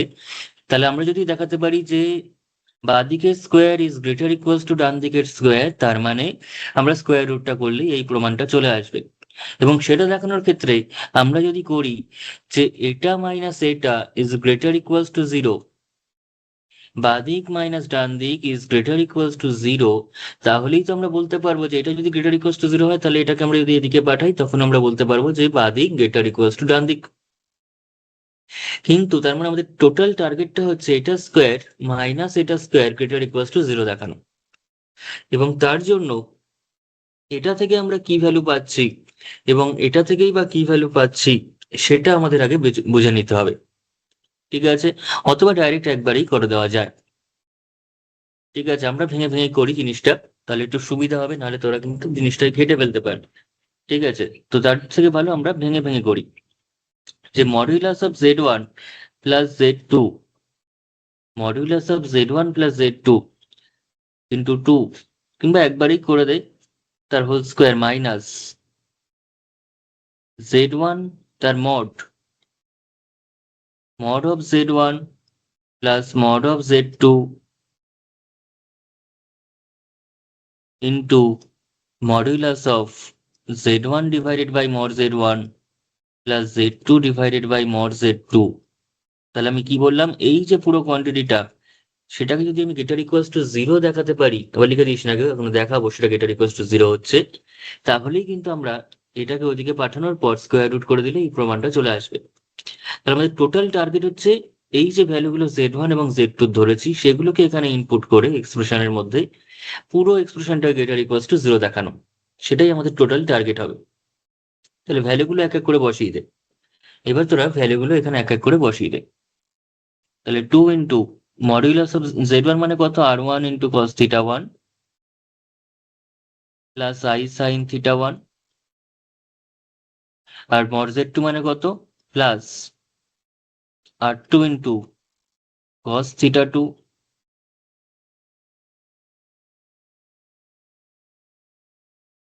তারপর মডুলাস অফ জেড ওয়ান মানে কত, এটার কিন্তু স্কোয়ার রয়েছে, এটার কিন্তু একটা হোল স্কোয়ার রয়েছে, ঠিক আছে, সেটা কিন্তু ভুলে গেলে চলবে না। ঠিক আছে, সেটা ভুলে গেলে কিন্তু টিচাররা কিন্তু আমাদের অবশ্যই জিরো দিতে ভুলবে না, যদি এটা আমরা স্কোয়ারটা ভুলে যাই। তো মড জেড ওয়ান মানে কত উপরে লিখলাম আর ওয়ান, আর মড জেড টু মানে কত আর টু। তাহলে সেই ভ্যালু দুটো আমরা এখানে বসিয়ে দিতে পারবো, তাহলে কি হবে সেটা আর ওয়ান প্লাস আর টু হয়ে যাবে, তাই তো, আর ওয়ান প্লাস আর টু হয়ে যাবে। তার সঙ্গে মডিউলাস রয়েছে কার সেটা দেখ এবার, কার মডিউলাস রয়েছে সেটা বসিয়ে দে। মড অফ জেড ওয়ান মানে হচ্ছে R one cos theta one plus I sine theta one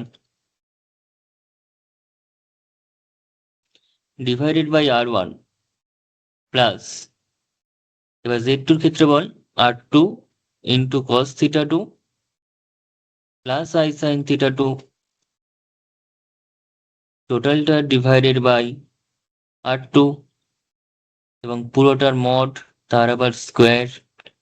এবার কি কি কাটছে এখান থেকে দেখ, এখান থেকে শুধুমাত্র আর ওয়ান কাটছে, আর টু কাটছে, তো কাটলো।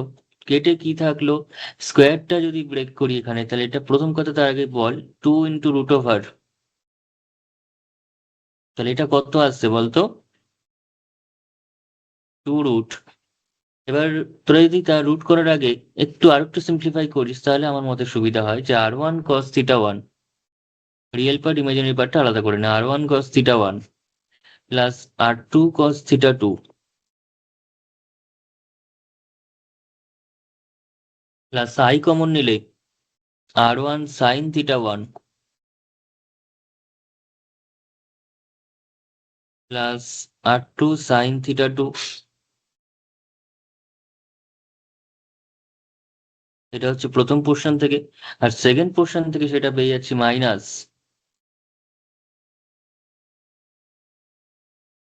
r1 + r2। এখানে কত হচ্ছে, এখানে কমন নিলে মডুলাস অফ cos θ1, এখানে r1 গুলো কেটে গেছে, r2 গুলো কেটে গেছে, তাহলে cos θ1 plus cos θ2 plus i × sin θ1, i × sin θ1 plus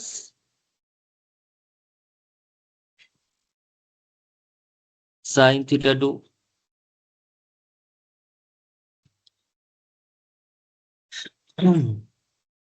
এবার আমরা মডুলাসের ফর্মুলা অ্যাপ্লাই করব। এবার আমরা কি করবো, মডুলাস কি করে হয় সেটা বার করব।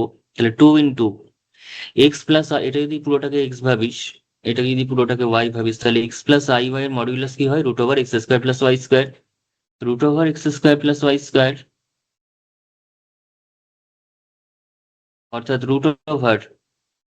√r1 cos θ1 plus r2 cos θ2 তার square plus r1 sin θ1 plus r2 sin θ2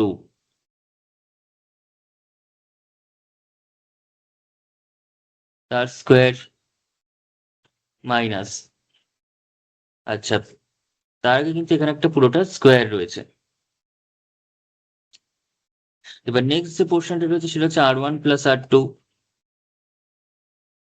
এবার মডুলাস অফ এটা রয়েছে, তার মানে সেটাও আবার √ওভার দিয়ে আসবে। √ওভার কত হবে বল, cos θ1 প্লাস cos θ2 তার হোল স্কোয়ার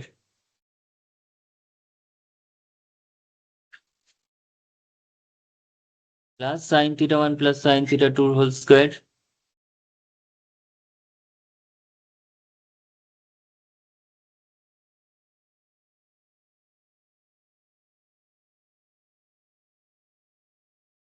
এবং পুরোটার আবার হোল স্কোয়ার এই যে এখানে রয়েছে। তাহলে এই যে হোল স্কোয়ার গুলোকে এবার ব্রেক করে দিচ্ছি, হোল স্কোয়ার থাকলে রুট গুলো থাকবে না, 2 এর স্কোয়ার হয়ে কত হয়ে যাবে, 4 হয়ে যাবে। তাহলে 4, আর এখানে কিন্তু এই রুটটা উঠে যাবে স্কোয়ারের কারণে, তার মানে পড়ে থাকবে r1 cos θ1 plus r2 cos θ2,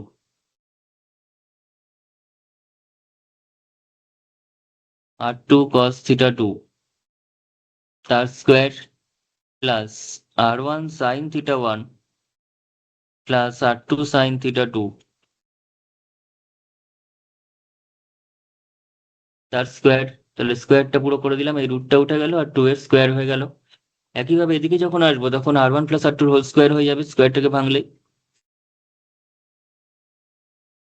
এবং এখানে রুটটা উঠে যাবে, অর্থাৎ cos θ1 প্লাস cos θ2 তার square plus sin θ1 plus sin θ2 এর স্কোয়ার। ঠিক আছে, এবার এই ভিতরের পোর্শনটাকে আমরা যদি ব্রেক করি তাহলে কি আসছে দেখ, পুরোটাকে যদি থরলি আমরা কাজ করি তাহলে এখানে 4, এই স্কোয়ারটাকে ব্রেক করে দিই, তাহলে r1 square cos2 θ1 plus r2 square cos2 θ2 plus 2r1 r2 cos θ2 a plus b whole square formula ফেললাম। পরেরটাকেও কর, r1 square sin2 θ1 plus r2 square sin2 θ2 plus 2r1 r2 sin θ1 এটা হচ্ছে শুধুমাত্র প্রথম পোর্শনটা হলো। আর সেকেন্ড পোর্শন থেকে আমরা পেয়ে যাচ্ছি মাইনাস r1 প্লাস r2 পুরোপুরি সেম হবে, শুধু r1 r2 গুলো থাকবে না এখানে, কারণ এখানে r1 r2 গুলো নেই, বাকি সব ঠিকঠাকই আছে। আমরা cos square theta 1 plus cos square theta 2 plus 2ab অর্থাৎ 2 cos theta 1 cos theta 2 plus এবার আর ওয়ান স্কোয়ার তো না, মোট কথা sign square theta 1 plus sign square theta 2 plus 2 sine theta 1 sine theta 2। ঠিক আছে, যারা গুলিয়ে ফেলছিস যে এরকম ভাবে পুরো এতগুলো টার্ম, তারা একটু ব্র্যাকেটিং করে নিবি যে এটা প্রথম টুকুকে ভেঙে হয়েছে, তারপর এটা হয়েছে সেকেন্ড টুকুকে ভেঙে, যেমন এখানেও এই পোর্শনটাকে ভেঙে হয়েছে হচ্ছে এটা, আর সাইনের পোর্শনটাকে ভেঙে হয়েছে এটা। এবার একটু কমন নেওয়ার পালা, কমন নেব। কমন নিলে কি আসছে 4, প্রথমটাকে দেখ r1 স্কোয়ার কমন যাচ্ছে, তাহলে cos square theta 1 plus sign square theta 1 থাকছে। তারপর থেকে দেখ r2 স্কোয়ার কমন যাচ্ছে, তাহলে cos square theta 1 plus sine square r2 square, এটা cos স্কোয়ার থিটা 2 হবে, নট থিটা 1। একটু ঠিক কর, এটা থিটা 2 হবে। এগুলো একটু ক্যালকুলেশন গুলো নিজেরা বুঝে নিবি ঠিক করে, ঠিক আছে। r2 square cos square theta 2 plus sign square theta 2 plus 2r1 r2 common নিলে এখান থেকে থাকছে cos থিটা 1 cos থিটা 2, আর এখান থেকে থাকছে সাইন থিটা 1 সাইন থিটা 2, আর মাঝখানে থাকছে কত প্লাস। তাহলে cos theta 1 cos theta 2 plus sine theta 1 sine theta 2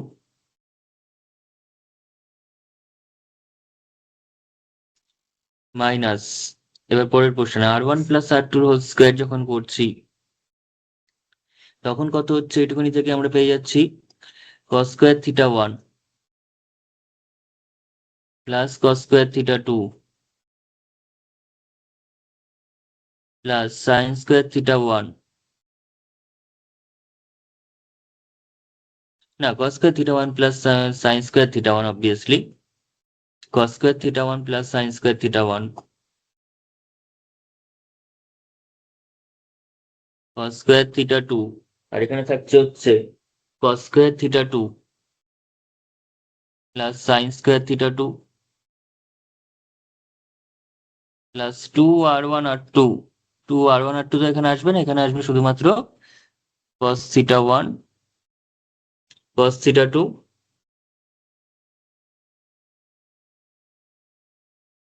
plus sine theta 1 sine theta 2।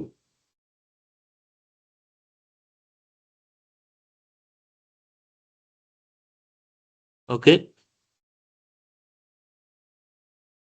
তাহলে দিস ইকুয়ালস টু, এবার কমন নেওয়া হয়ে গেল, এবার কি কি ভ্যালু আসছে সেটা দেখবো, কোথায় কি ভ্যালু আসছে সেটা দেখি। যেমন এখানে এসছে আমাদের কাছে 4, শুধুমাত্র r1 স্কোয়ার পড়ে থাকবে, বিকজ এটা হয়ে গেল 1, এটা হয়ে গেল 1, এটা হয়ে গেল 1, এটা হয়ে গেল 1, ক্লাস 10 এর formula sign square theta plus cos square theta equals to 1। ঠিক আছে, আর এগুলো কিসের ফর্মুলা, এটা হচ্ছে আমাদের কাছে ক্লাস 11 এর ফর্মুলা, কম্পাউন্ড অ্যাঙ্গেল বা যৌগিক কোণের ফর্মুলা। সেখানে কি রয়েছে, cos cos a cos b plus sin a sin b মানে হচ্ছে cos a মাইনাস b, অর্থাৎ cos থিটা 1 মাইনাস থিটা 2। ঠিক আছে, এবং কজের ক্ষেত্রে দেখার কোনো প্রয়োজন নেই কে বড় কে ছোট, কারণ কজ মাইনাসটাকে অ্যাবজর্ব করে নেয়। তো সেক্ষেত্রে অবশ্যই cos থিটা 1 মাইনাস থিটা 2 হয়ে যায়, cos থিটা 2 মাইনাস থিটা 1 ও তাই। তাহলে r1 স্কোয়ার, এটা থেকে পেয়ে যাচ্ছে r2 square plus 2r1 r2 cos theta 1 minus theta 2, তাহলে অনেকটাই ছোট হয়ে গেল টার্মটা, মাইনাস r1 প্লাস r2 তার হোল স্কোয়ার। প্রথমটা হয়ে যাচ্ছে কত, এটা হয়ে যাচ্ছে 1, এখানে কোনো যেহেতু r1 নেই তাহলে 1ই থাকছে, পরেরটাও 1, দেন 2 cos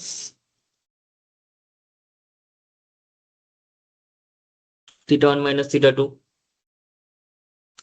ঠিক আছে, তাহলে কত পাচ্ছিস বল এবার, 4 into r1 square plus r2 square plus 8 r1 r2 cos θ1 minus θ2 এর হোল θ2, আর এখানে মাইনাস 1 + 1 মানে কত 2, তাহলে 2 × r1 + r2 হোল স্কোয়ার। আবার আচ্ছা, আর এখানে -r1 + r2 হোল স্কোয়ার দিয়ে যদি 2 cos θ1 - θ গুণ করা হয় তাহলে -r1, তার সঙ্গে 2 তো থাকছেই, 2 × r1 + r2 whole square cos θ1 - θ2। এবার আমরা একটু কমন নিই, এখানে কমন বলতে 4r1² + r2² তো রয়েছেই, ঠিক আছে, 4 × r1² + r2²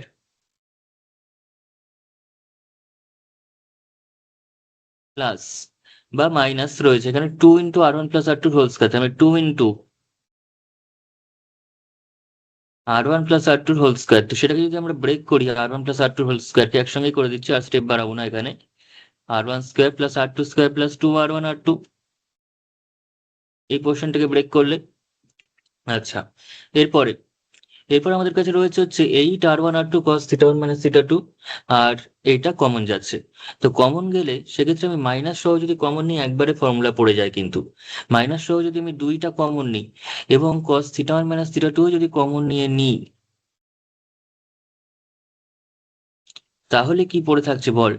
তাহলে মাইনাস যেহেতু কমন নিয়েছি তাহলে এটা আগে আসবে, এই পোর্শনটা r1 + r2 হোল স্কয়ার আগে চলে আসবে পজিটিভলি, এবং যেহেতু এখানে প্লাস ছিল কিন্তু কমন নিয়েছি মাইনাস, তাহলে এখানে 2 কমন গেছে, cos θ1 - θ2 কমন গেছে, তার মানে 4r1 + r2 পড়ে থাকবে।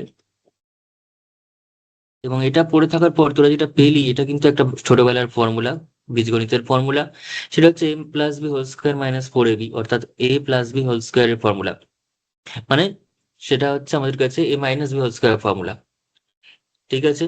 a + b whole square - 4ab মানে কত, a - b whole square formula. তো বসিয়ে দে সেখানে, আর দেরি কিসের, তাহলে এখানে আমরা এবার বসিয়ে দেবো ভ্যালুটা। তো এখানে যদি ব্রেক করি 4r1² + 4r2² minus 2 × r1² plus বা minus 2r2² minus 4r1r2 minus minus কত হচ্ছে বল, 2 cos θ1 - θ2, আর এখানে পড়ে থাকছে r1 - r2 হোল স্কয়ার।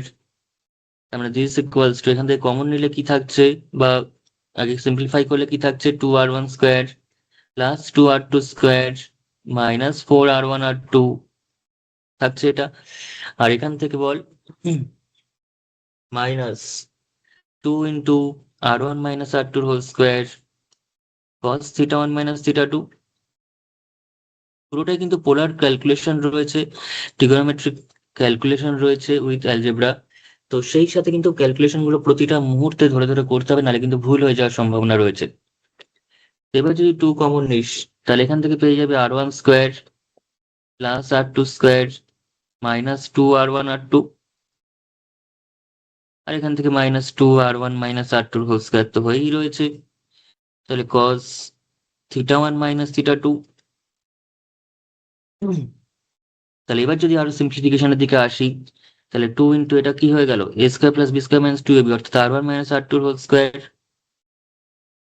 আর এখানেও থাকছে তাই, সেম জিনিস চলে আসছে, খুবই ভালো কথা। তাহলে কমন নিতে পারবো, আরো সিম্পলিফাই করতে পারবো। তাহলে দিস ইকুয়াল টু 2 যদি 2r1 - r2 পুরো কমন চলে যাচ্ছে, পড়ে থাকছে কত, 1 মাইনাস cos θ1 - θ2। এই 1 মাইনাস cos θ1 - θ2, সেটাকেও তো আমরা ফর্মুলা অ্যাপ্লাই করতে পারি। ক্লাস 11-এ আমরা ট্রিগোনোমেট্রি যে চ্যাপ্টার গুলো করেছি সেখানে যেমন একটা অংশ চ্যাপ্টার করেছিলাম অংশকোণ, কি করেছিলাম, অংশকোণ বা সাব মাল্টিপল অ্যাঙ্গেল। তো সেখানে একটা ফর্মুলা আমরা পড়িনি, cos 2θ ফর্মুলা, বা cos θ ইকুয়ালস টু কত, 1 minus cos θ equals to 2 sin square θ/2। এই ফর্মুলাটা বসিয়ে দে, 1 minus cos θ equal to 2 sin square θ/2, তখন তো প্রচুর কাজে লাগাতিস এবং পরেও লেগেছে, তো সেটা এখানে বসে যাবে। তাহলে কত হবে বল, 2 × r1 - r2 whole square into 2 sine square theta by two, এবার থিটা বলতে তো এখানে theta one minus theta two, তাহলে টু সাইন স্কোয়ার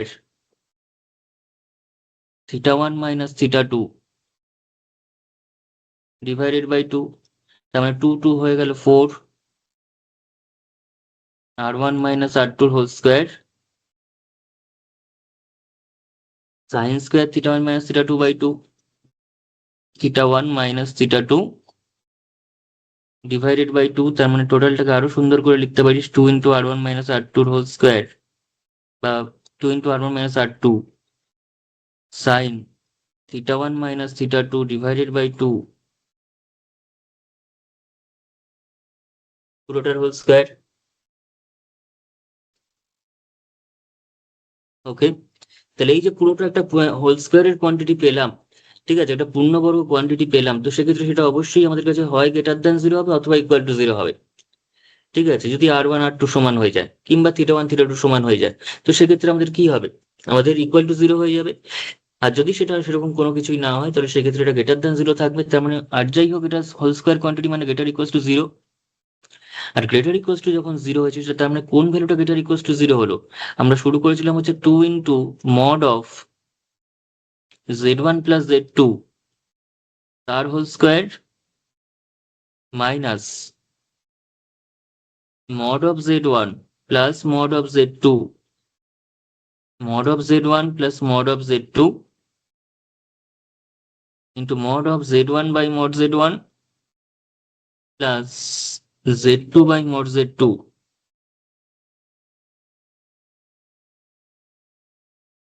তার whole square greater equals to zero. আর এটা যখনই গ্রেটার ইকুয়ালস টু জিরো হয়ে হলো, তার মানে আমরা এদিক ওদিক করে নিতে পারবো পুরো ঘটনাটাকে। তাহলে two into mod of z1 plus z2 তার হোল স্কয়ার, সেটাই গ্রেটার ইকুয়ালস টু এটা হয়ে যাবে।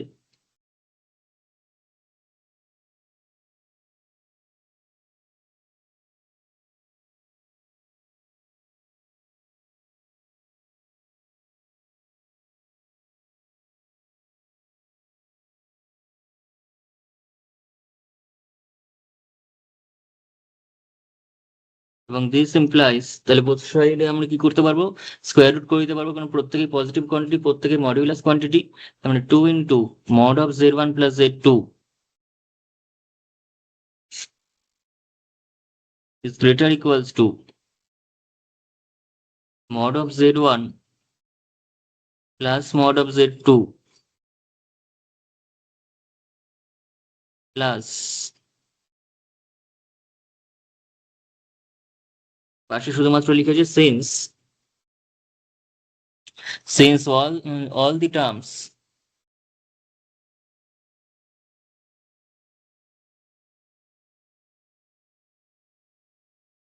আর নন নেগেটিভ।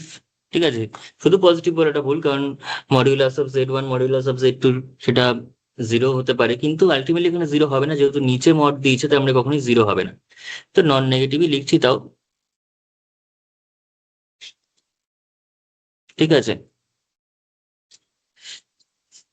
যাই হোক, তো এইটা ছিল হচ্ছে আমাদের কাছে প্রমাণটা, এটা ছিল হচ্ছে আমাদের কাছে প্রমাণটা। এই প্রমাণটা খুব একটা সহজ কিছু ছিল না, এটা কিন্তু অনেকটা বেশি আমাদের খাটনি করে করতে হবে, এবং প্রতিটা মুহূর্তে প্রতিটা স্টেপে কিন্তু আমাদের প্রচন্ড কনসিয়াস থাকতে হবে।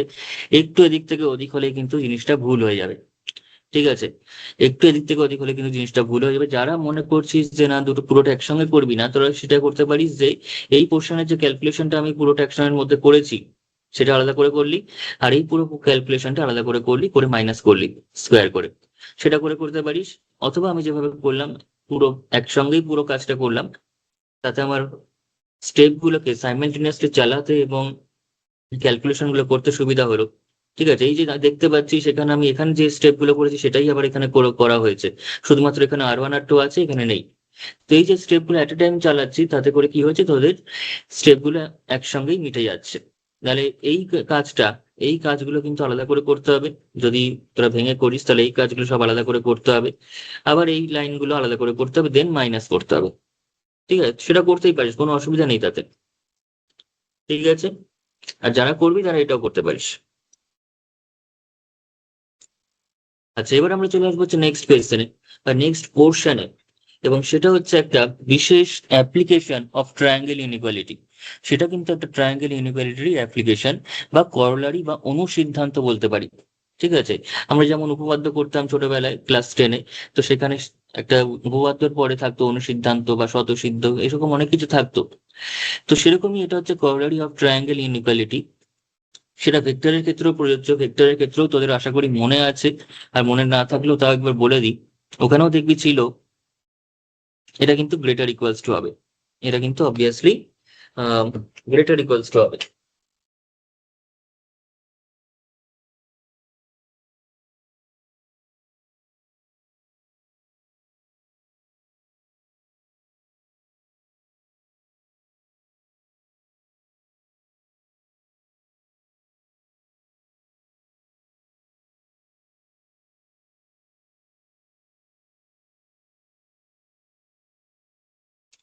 আচ্ছা, এখানে কিন্তু অবশ্যই এটা লেস ইকুয়ালস টু হবে, যে modulus of mod Z one minus mod Z two is less equals to modulus of Z one minus z two. তো দেখবি ভেক্টরের ক্ষেত্রেও ছিল না এরকম, যে ট্রায়াঙ্গেল ইনইকুয়ালিটির ক্ষেত্রে ভেক্টরে কি লিখতিস, a vector plus B vector তার mod is less equals to modulus of a vector plus modulus of b vector, এবং তারপরেই চলে আসতো সেখান থেকে modulus of mod of a vector minus b vector is less equals to, সেটাও লেসেই হয়, mod of a vector mod of a vector plus B vector. তাই তো, mod of a vector minus, sorry minus হবে, plus কেন, minus b vector. Okay, তো এই হচ্ছে ব্যাপার। সেরকমই এখানে জেড ওয়ান জেড টুর ক্ষেত্রেও সেম ভাবে প্রযোজ্য, সেটা সেটা হচ্ছে করোলারি অফ ট্রায়াঙ্গেল ইনইকুয়ালিটি। তাহলে শুরু করা যাক এটার প্রমাণটা, এটা প্রমাণটা দেখে নে কিভাবে করবি, এবং তারপর এর উপর ডিপেন্ড করে একটা অঙ্ক এরপর সলভ করবো, যেটা আমাদের যে স্ট্যান্ডার্ড স্কেমা পার বই সেখানে কিন্তু করতে দেওয়া রয়েছে। তাহলে প্রথমে আমরা এটা প্রুফটাতে চলে আসি। তাহলে পুরো প্রুফটাই কিন্তু ট্রায়াঙ্গেল ইনইকুয়ালিটির করোলারি, যেহেতু ট্রায়াঙ্গেল ইনইকুয়ালিটি থেকেই চলে আসবে। ঠিক আছে, since z1 and z2, since z1 and z2 are complex numbers,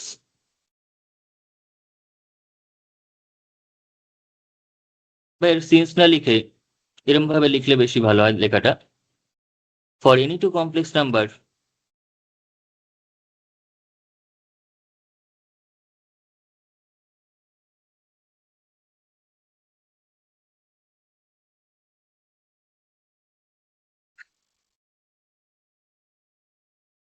z1 comma z2 by triangle inequality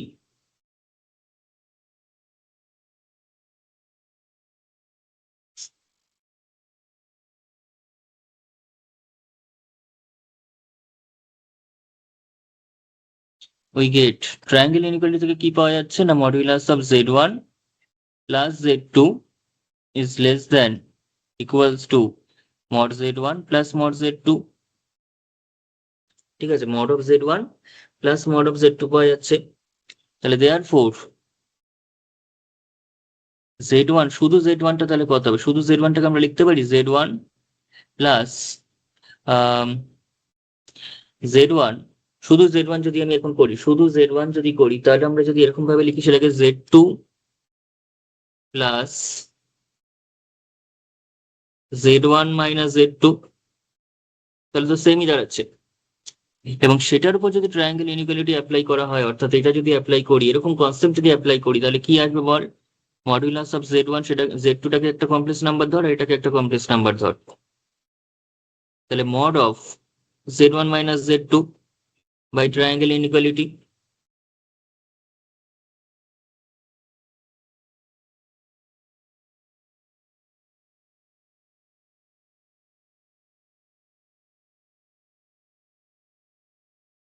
by triangle inequality.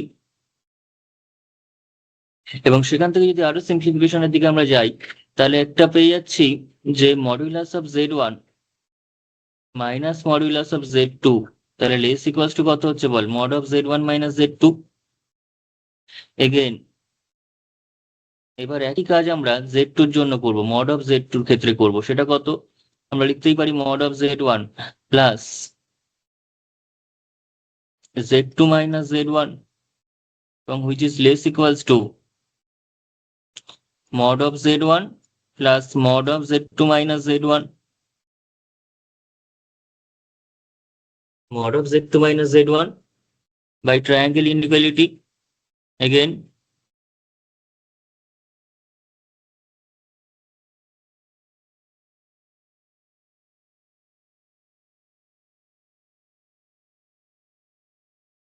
তাহলে এটাকে আমরা আরো যদি সিম্পলিফাই করি তাহলে কি পাবো? এটাকে সিম্পলিফাই করলে আমরা পেয়ে যাচ্ছি এই যে জায়গাটা রয়েছে সেটাকে সিম্পলিফাই করলে আমরা পেয়ে যাব তাহলে mod of z2, সিম্পলিফাই ঠিক না, একটু সাজিয়ে নিলে যেটা পাচ্ছি সেটা হচ্ছে less equals two mod of z2 minus z1.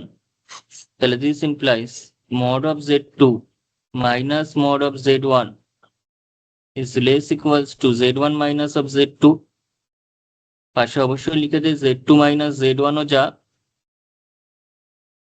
ঠিক আছে? সেখান থেকে যদি আমি এখন মাইনাস কমন নিই তাহলে কি হবে? z1 minus z2, তাহলে মাইনাসটা নিশ্চয়ই মড দ্বারা অ্যাবজর্বড হয়ে যাবে, অর্থাৎ হয়ে যাবে modulus of z1 minus z2 পড়ে থাকবে। তাহলে মডের ভিতর আমরা কিন্তু অবশ্যই পজিশন ইন্টারচেঞ্জ করতে পারি, তাতে কিন্তু কোনো ভ্যালুর এফেক্ট হয় না, ভ্যালুটা কিন্তু সেমই থাকে। z2 minus z1 এর মড করলেও যা হবে, z1 minus z2 এর মড করলেও তাই হবে। 3 minus 2 এর মড করলে কত হচ্ছে? 1 এর মড, তার মানে 1। আবার 2 minus 3 এর মড করলে কত হচ্ছে? -1 এর মড, সেটাও 1, দুটো সেম, ঠিক আছে? তো যাই হোক, এরকম পাচ্ছি। এবার এখান থেকে আমরা কি লিখতে পারি? তাহলে z2 minus z1, সেখানে z1 minus z2 যদি করি তাহলে দিস ইমপ্লাইজ মাইনাস দিয়ে গুণ করে, এবার মাইনাস দিয়ে গুণ করলে এটা হয়ে যাচ্ছে -z2 plus z1 less equals two, টা হয়ে যাবে গ্রেটার ইকুয়ালস টু। মাইনাস দিয়ে যখন গুণ করা হয় তখন লেস দ্যানটা কি হয়ে যায়? গ্রেটার দ্যান হয়ে যায়। যেমন ধর -2 লেস দ্যান -1 বা লেস ইকুয়ালস টু -1, একই ব্যাপার, ইকুয়াল টু দেওয়া যায় না দেওয়া, তাই এক্ষেত্রে লেস দ্যানটাই হবে। তো এখানে যদি আমি মাইনাস দিই, মাইনাস দিয়ে গুণ করি তাহলে কি হয়ে যাবে? 2, আর এটা কত হয়ে যাবে? 1। তাদের কি এটা লেস দ্যানটা বজায় থাকবে না উল্টে যাবে? উল্টে যাবে তো, কারণ -2টা মাইনাস একের থেকে ছোট ঠিকই, কিন্তু 2টা তো একের থেকে ছোট নয়, 2টা তো একের থেকে বড়। তার মানে ইনইকুয়ালিটি কিন্তু ঘুরে গেল, অর্থাৎ যেটা লেস ইকুয়ালিটি ছিল মাইনাস দিয়ে গুণ করাতে কিন্তু দুদিকটা, মানে মাইনাস দিয়ে গুণ করা লেস দ্যানটা গ্রেটার দ্যানে পরিণত হয়ে গেল। তাহলে কি হলো এই জায়গাটাতে? তাহলে এখানটা আমরা পেয়ে যাচ্ছি z1 এর মড মাইনাস অফ z2 এর mod is greater equals to minus of z1 minus z2। এটাকে নাম্বারিং কর 2 নম্বর আর এটাকে নাম্বারিং কর 1 নম্বর, ঠিক আছে? এটা হচ্ছে আমাদের কাছে 1 নম্বর রিলেশন, এটা হলো 2 নম্বর রিলেশন। এই দুটো ইনইকুয়ালিটি থেকে আমরা এবার বিচার করব যেটা কোয়েশ্চেনটা দিয়েছে। তাহলে দেখ, এখানে আমরা যেটা দেখতে পাচ্ছি from 1 and 2 z1 minus z2, আবার এখানেও রয়েছে modulus of z1 minus z2। আচ্ছা, তাহলে এখানে দেখ, এখানে 1 নম্বরও রয়েছে mod of z1 minus z2, আবার 2 নম্বরও রয়েছে mod of z1 minus z2। বাদিকটা সেমই রয়েছে, শুধু ইনইকুয়ালিটিটা আলাদা রয়েছে, এবং ডান দিকটাতে একটু একটাতে প্লাস রয়েছে একটাতে মাইনাস রয়েছে। তার মানে কম্বাইনিং 1 and 2, কম্বাইনিং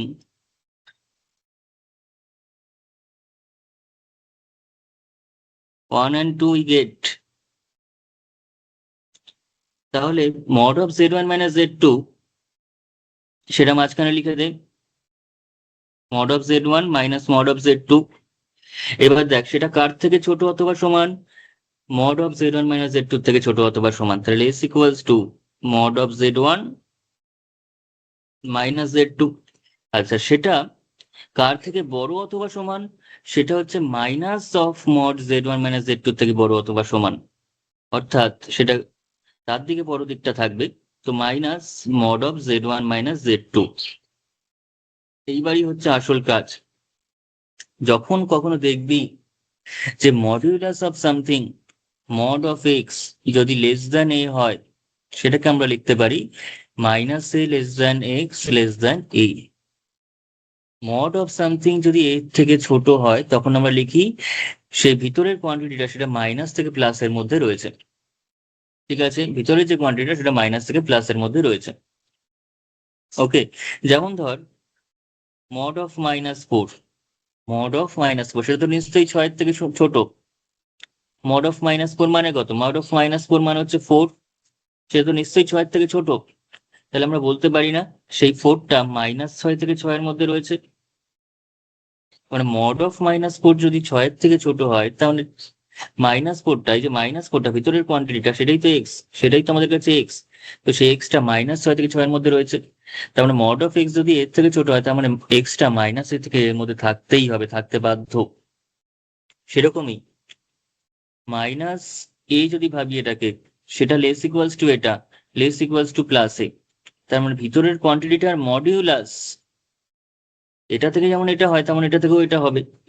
ভিতরের কোয়ান্টিটিটার যে মডিউলাস সেটা কিন্তু এই কোয়ান্টিটির থেকেই ছোট অথবা সমান। অর্থাৎ mod z1 minus mod z2, আমরা যদি এটার সঙ্গে কম্পেয়ার করি এখন, তাহলে মাইনাস এটা হচ্ছে এটা, এইটুখানি হচ্ছে এক্স, আর এইটুখানি হচ্ছে এ, তাই তো? তাহলে minus a less equals to x, less equals to a, সেখান থেকে আমরা কি বলতে পারবো? সেখান থেকে আমরা বলতে পারবো যে এক্স এর মড লেস ইকুয়ালস টু এ। তাহলে এটা হচ্ছে এক্স, তার মড লেস ইকুয়ালস টু এ বলতে এটা। বোঝা গেছে?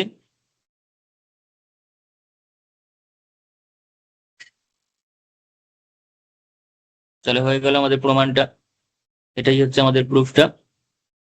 ঠিক আছে, এই যে শুধু মনে রাখার জন্য ইয়ে করবি যে এই যে কোয়ান্টিটিটা কোনটা কাকে ধরছি সেটা বুঝে রাখতে হবে। এটা কিন্তু ভুলে গেলে হবে না যে কাকে কি হিসাবে ধরে কাজটা করলাম। তাহলে এইটুকুনি হচ্ছে আমাদের কাছে, এটা মাইনাস, এইটুকুনি হচ্ছে এ, এটা হচ্ছে এক্স, আর এটা হচ্ছে এ। সবার জন্য আরো একবার বলে দিচ্ছি সেটা, এটা লেস ইকুয়াল টু তে রয়েছে, তার মানে এক্ষেত্রে আমরা বলতে পারি মডুলাস অফ এক্স, তার মানে লেস ইকুয়াল টু কি হবে? এ হবে। আর এক্সটা কোনটা? এক্সটাই এটা, আর এটা এটা বসিয়ে দিলে এই প্রমাণটা পেয়ে যাচ্ছি। ঠিক আছে, এইভাবে আমাদের এই জিনিসটাকে মনে রাখতে হবে।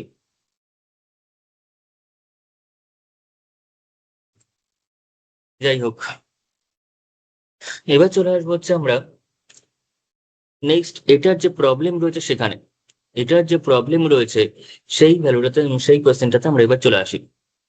তো এটার উপর ডিপেন্ড করে আমরা যে কোয়েশ্চেনটা এখানে নিয়েছি, সেই কোয়েশ্চেনটা হচ্ছে এসকে মাপারি 2A এক্সারসাইজের 13 নম্বর প্রবলেমটা, যেখানে কোয়েশ্চেনটাতে কি বলেছে? কোয়েশ্চেনটাতে বলেছে z is a variable complex number such that modulus of z minus 10 by z is less than is equals to 3. বলেছে z is a variable complex number such that mod of z minus 10 by z is equal to 3, then find the greatest and least value of mod z, অর্থাৎ maximum and minimum value of mod z।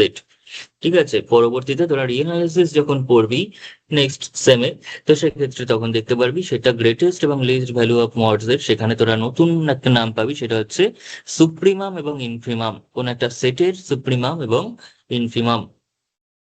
ঠিক আছে, এর আগে maximum minimum পেয়েছিস, greatest list পেয়েছিস, কিন্তু next আমরা যেটা ভাববো আরো মোস্ট জেনারেলাইজড ভাবে, সেটা হচ্ছে সুপ্রিমাম এবং ইনফিমাম। আচ্ছা, তো এটার আমরা এবার অ্যাপ্লিকেশনটা দেখি ওই ইনইকুয়ালিটির, যেখানে কি করে এই অঙ্কটার ক্ষেত্রে সেটা প্রযোজ্য হচ্ছে। তো সলিউশনটাতে আসা যাক।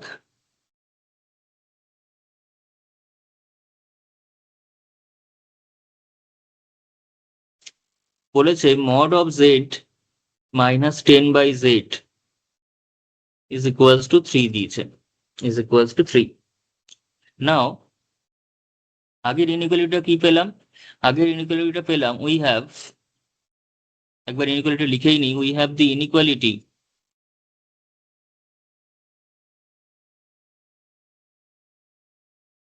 mod of z1 minus mod of z2, তার আবার mod is less equals to mod of z1 minus z2। তাহলে দেয়ার ফোর, তাহলে মড অফ, আমি z1টাকে যদি z ভাবি এবং z2টাকে যদি 10/z ভাবি, তাহলে কি হবে? Therefore for z1 equals to z and z2 equals to 10/z, we get mod of z minus mod of 10 by z is less equals to mod of z1 minus z2। এবার সেই ভ্যালুটাই কোয়েশ্চেনে আবার দিয়ে দিয়েছে 3, সেই ভ্যালুটাকেই কোয়েশ্চেনে দিয়ে দিয়েছে 3। ঠিক আছে, এবার যদি মড গুলোকে ব্রেক করি সেখানে, তাহলে তোরা কি পাবি? mod of mod z minus 10 by mod z, mod of mod z minus 10 by mod z, কারণ 10 এর উপরও মড হয়েছে এবং 10 এর মড যেহেতু 10 তাই আমরা লিখিনি, তাই 10 এর উপর মড দিয়ে দেখে দিতে পারিস। লেস ইকুয়ালস টু 3, যারা স্টেপ জাম একদমই করতে চাস না তারা এটা এখানে মড 10ও লিখতে পারিস। এবং এখানে যে প্রপার্টি অ্যাপ্লাই করলাম সেটা হচ্ছে modulus of z1 by z2 is equals to mod z1 divided by mod z2 provided z2 not equals to 0।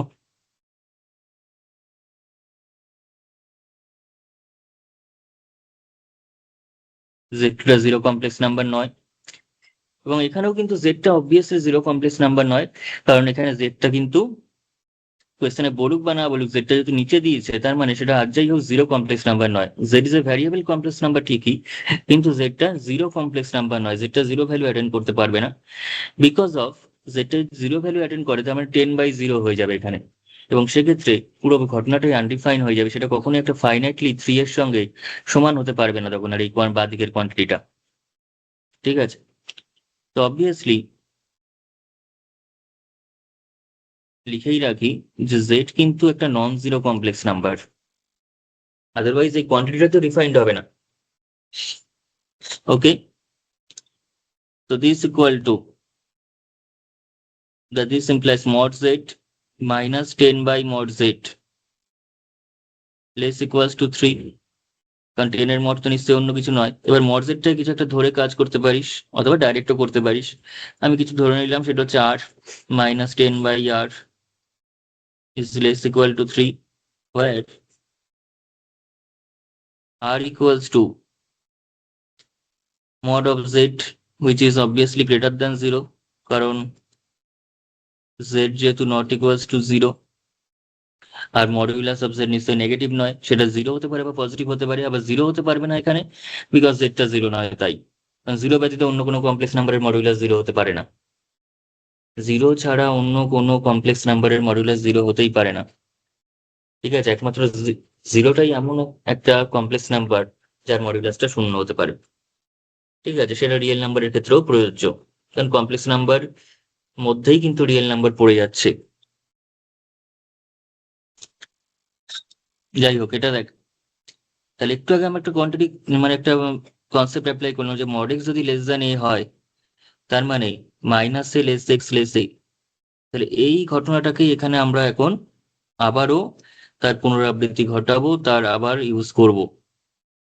ঠিক আছে, যখনই এরকম টাইপের কিছু এক্সপ্রেশন চলে আসবে modulus of something less equal two 3, তখনই আমাদের মনে কিন্তু এই ভাবনাটাকে আনতে হবে। ঠিক আছে, তো মনে যখন ভাবনা চলে এসছে তাহলে আর দেরি নয়, কাজটা করা যাক। মডিউলাস অফ, তাহলে এটা আমরা কি লিখতে পারো, -3 লেস ইকুয়ালস টু, যদি লেস দেন থাকে তাহলে লেস দেন, যদি লেস ইকুয়াল টু থাকে তাহলে লেস ইকুয়াল টু। আবার গ্রেটারের সময় এটা করে দিস না, গ্রেটারের সময় আবার অন্য কনসেপ্ট, গ্রেটার দেনের সময় কিন্তু অন্য কনসেপ্ট। তাও একটু বলে রাখি, যদি mod x greater equals to a থাকে তার মানে বুঝতে হবে এক্সটা যদি গ্রেটার ইকুয়ালস টু এ থাকে তার মানে এক্সটা হচ্ছে মাইনাস এর থেকেও ছোট এর থেকেও বড়, অর্থাৎ x is less than equals to minus a and x is greater equals to a. ঠিক আছে, এটা অবশ্যই পজিটিভ। ওকে, ছোটোর থেকেও ছোট, গ্রেটার দেনের সময় হচ্ছে ছোটোর থেকেও ছোট বড় থেকে বড়, আর লেস দেন যদি থাকে তখন ছোট থেকে বড়র মধ্যে। তাহলে r minus 10 by r is less equals to কত, 3। সিম্পলিফাই কর এবার এটাকে, এবার তাহলে সিম্পলিফাই কর, তাহলে কত হচ্ছে -3 লেস ইকুয়ালস টু, এখানে r square minus 10 divided by r less equals to 3, তাহলে আর দিয়ে গুণ করলে কত হয় -3r less equals to r square -10 less equals to 3, এবং এক্ষেত্রে আর 3r, এক্ষেত্রে r দিয়ে থ্রো গুণ করাতে ইনইকুয়ালিটি কোনো যা ছিল তাই আছে, কেন চেঞ্জ হলো না কেন? কারণ rটা হচ্ছে positive. Since r is greater than 0, inequality remains same.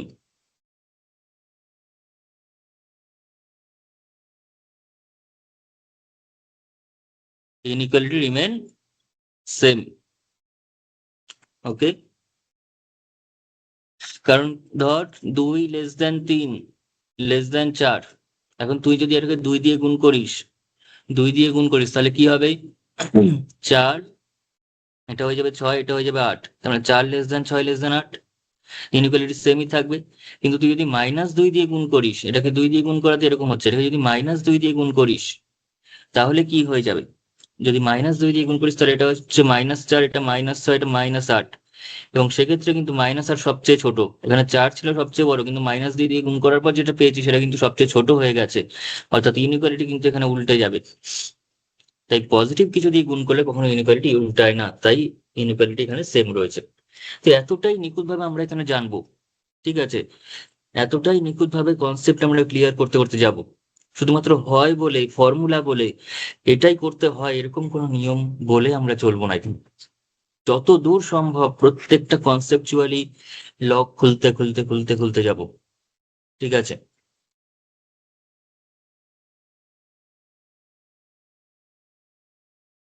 এবং এটা তখনই হবে যখন অঙ্কটাকে আমরা ভালোবেসে শিখবো, শুধুমাত্র নাম্বার পাওয়ার জন্য নয়, ঠিক আছে। এত সাবজেক্ট থাকতে তোরা অঙ্ক যখন নিয়েছিস তখন আশা করি অঙ্কটাকে তোরা ভালোবেসেই নিয়েছিস, ভালোবেসেই হায়ার স্টাডিজে এগোচ্ছিস। তো সেক্ষেত্রে সেই ভালোবাসাটাকে সঠিক গতিতে আমাদের নিয়ে যেতে হবে, সঠিকভাবে বুঝতে বুঝতে আমাদের যেতে হবে। তো এবার আমরা একটু কি করব, দুটো ইনইকুয়ালিটি এখানে পেয়ে গেছি, এখান থেকে তাহলে দুটো জিনিস আমরা পাচ্ছি। একটা হচ্ছে -3r less equals two r² - 10, আর একটা পাচ্ছি r² - 10 less equals two 3r। তার মানে একটা পেয়ে যাচ্ছি হচ্ছে, যদি একদিকে নিয়ে যাই তাহলে r² - 10 + 3r is greater equals to 0, প্রথমটা থেকে পাচ্ছি, আর পরেরটা থেকে পাচ্ছি r² - 10 - 3r is less equals to 0। এবার দুটো থেকে আমরা যে যে কোয়ান্টিটি গুলো, আর এর যে ভ্যালু গুলো পাচ্ছি বা রেঞ্জটা পাচ্ছি সেটা দেখবো। দুটো থেকে আর এর যে ভ্যালুটা পাচ্ছি সেটা আমরা দেখবো, ঠিক আছে। তাহলে নাও r² - 10 + 3r greater equals to 0, সেখান থেকে আমরা কি পাচ্ছি? r² + 3r - 10 greater equals to 0। তার মানে কি পাওয়া যাচ্ছে? 10টাকে ভাঙলে 5 দুগুণী 10, তার মানে +5r -2r, just middle term factor করে দে তাহলেই হয়ে যাবে। তাহলে এখানে r+5 আসছে, সেই সঙ্গে আসছে যদি -2 কমন নিস তাহলে r-2 আসছে গ্রেটার ইকুয়ালস টু 0, ঠিক আছে। তার মানে r-2 বা -5 into r-2 greater equals to 0, ঠিক আছে। এবার এখানে একটু বলে রাখি একটা জিনিস, যেটা আমি ছোট থেকে ছোট, বড় থেকে বড় বলছিলাম, যে এক্স মাইনাস ধর alpha into x minus beta রয়েছে, গ্রেটার ইকুয়ালস, যদি লেস ইকুয়াল টু থাকে তাহলে কি হবে? লেস ইকুয়াল টু 0 যদি থাকে তাহলে এক্সটা থাকবে হচ্ছে মাইনাস আলফা থেকে বিটার মধ্যে, মানে আলফা থেকে বিটার মধ্যে, আলফা থেকে বিটার মধ্যে থাকবে, যেখানে অবশ্যই কিন্তু এখানে আলফাটা লেস দেন বিটা, আলফা হচ্ছে লেস দেন বিটা, ছোট থেকে বড়ের মধ্যে থাকবে। আলফাটা যদি ছোট হয় তাহলে আলফা থেকে বিটার মধ্যে থাকবে এক্সট্রা, যদি এখানে আমাদের লেস ইকুয়াল টু থাকে, এখানটাতে যদি লেস ইকুয়াল টু থাকে, ভালো করে বোঝ। যদি x minus alpha into x minus beta less equal to 0 হয় তাহলে এক্সট্রা আলফা থেকে বিটার মধ্যে থাকবে, যেখানে ছোট থেকে বড়, আলফাটা ছোট হলে বিটাটা বড় হচ্ছে সেরকম জায়গায়। আর একই জায়গায় যদি x minus alpha into x minus beta greater equals to 0 যদি থাকে, গ্রেটার ইকুয়ালস টু 0 যদি থাকে, এবং আলফা যদি লেস দ্যান বিটা হয়, তখন এক্সটা কিন্তু ছোটর থেকেও ছোট হবে, বড়র থেকেও বড় হবে, অর্থাৎ এক্সটা আলফার থেকেও ছোট হবে, যেটা ছোট তার থেকেও ছোট, এবং এক্সটা তার সাথে কি হবে, অর এক্সট্রা হয়ে যাবে, যেটা বিটা তার থেকেও বড়, মানে বড়র থেকেও বড়। এই কনসেপ্টটা অবশ্যই মনে রেখে চলবি সব সময়, শুধু এখনকার জন্য না, অলওয়েজ। ঠিক আছে? তো সেরকমই এখানে x minus alpha, x minus beta, এখানে আলফাটা কত, আলফাটা ছোটটা হচ্ছে -5, আর বিটাটা কত, বিটাটা হচ্ছে 2, কারণ এক্স মাইনাস সামথিং। তার মানে যেহেতু গেটার ইকুয়ালস টু রয়েছে, তার মানে ছোট থেকে ছোট, বড় থেকে বড় কনসেপ্টটা অ্যাপ্লাই হবে, অর্থাৎ আটটা -5 থেকেও ছোট অথবা সমান, এখানে সমান থাকলে তবে সমান বসবে, নয়তো নয়। অথবা আটটা 2-এর থেকে বড় অথবা সমান, আটটা হচ্ছে 2-এর থেকে বড় অথবা সমান। কিন্তু আর হচ্ছে গ্রেটার দ্যান জিরো, এখানে আমরা দেখতে পাচ্ছি আর হচ্ছে গ্রেটার দ্যান জিরো। তাহলে দেয়ার ফোর উই হ্যাভ, তার মানে জিরোর থেকে যেহেতু বড়, তাহলে -5-এর থেকে ছোট অথবা সমান এই ঘটনাটা ঘটতে পারবে না, জিরোর থেকে বড় এবং 2-এর থেকেও বড়, তার মানে আটটা আলটিমেটলি 2-এর থেকে বড়। আটটা যেহেতু জিরোর থেকে বড়, তাহলে -5-এর থেকে ছোট কখনোই সে হতে পারবে না। তার মানে একমাত্র পসিবিলিটি হচ্ছে আটটা 2-এর থেকে বড় অথবা সমান। তাহলে এই একটা ভ্যালু পেলাম, এখানে কিন্তু এটা অ্যানালিসিসের ব্যাপার। নেক্সট হচ্ছে পরের ইকুয়েশনটা, r² - 10 - 3 আর লেস ইকুয়াল টু 0, সেখান থেকে নেব। এগেন r² - 10 - 3 আর less equals to 0, this implies r² - 3r - 10 less equals to 0। এবার যদি আমরা এখানে কন্ডিশন মানে অ্যাপ্লাই করি, মিডল টার্ম ফ্যাক্টর করি, তাহলে r² - 5r + 2r - 10 less equals to 0 হবে, অর্থাৎ r-5 একটা আসবে এবং সেই সাথে চলে আসবে হচ্ছে r+2 কমন যাচ্ছিল, তাই মানে এখান থেকে 2 কমন যাচ্ছে, লেস ইকুয়ালস টু 0। এবার এটাকে যদি আমি r-2 -(-2) ইন্টু r-5 আকারে সাজাই, তাহলে এখানে আলফাটা কত দাঁড়াচ্ছে, এখানে কিন্তু আমার কাছে আলফা চলে আসছে হচ্ছে ছোটটা, অর্থাৎ -2, আর বিটাটা কত, বিটাটা হচ্ছে 5। তাহলে আমি যেহেতু লেস ইকুয়াল টু রয়েছে এখানে, তার মানে ছোট থেকে বড়ের মধ্যে থাকবে, অর্থাৎ -2 থেকে 5-এর মধ্যে থাকবে, -2 থেকে 5-এর মধ্যে এটা থাকবে। কিন্তু আর যেহেতু পজিটিভ, তাহলে দেয়ার ফোর উই হ্যাভ, তার মানে আর এর ভ্যালুটা 0 থেকে 5-এর মধ্যে থাকবে, -2 এর থেকে 0 পর্যন্ত সে হতে পারবে না, সে 0 থেকেই শুরু করতে হবে তাকে, 0-র পর থেকে শুরু করতে হবে ইনফ্যাক্ট, কারণ 0 যেহেতু নয়। তাহলে দেয়ার four the range of r is, তাহলে এখানে পেয়েছিলাম হচ্ছে আটটা গ্রেটার ইকুয়ালস টু 2, আর এখানে পেয়েছি 0 থেকে 5। তাহলে আমরা ছবির মাধ্যমে যদি করি, ছবির মাধ্যমে যদি দেখি,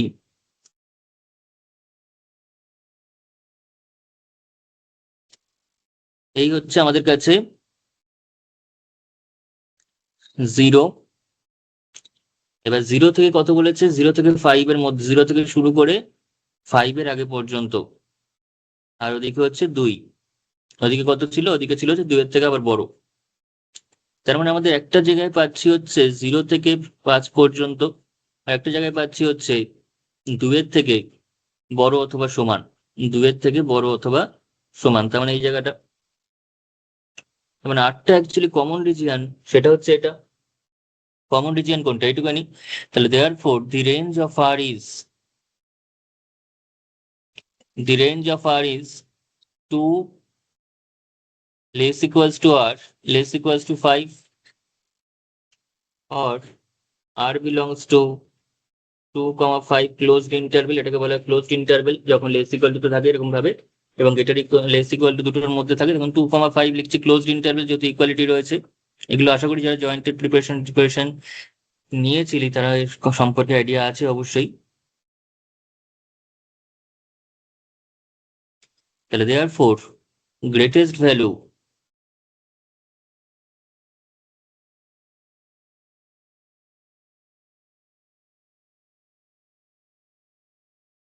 greatest value of r, that is mod z, greatest value কত 5, আর লিস্ট ভ্যালু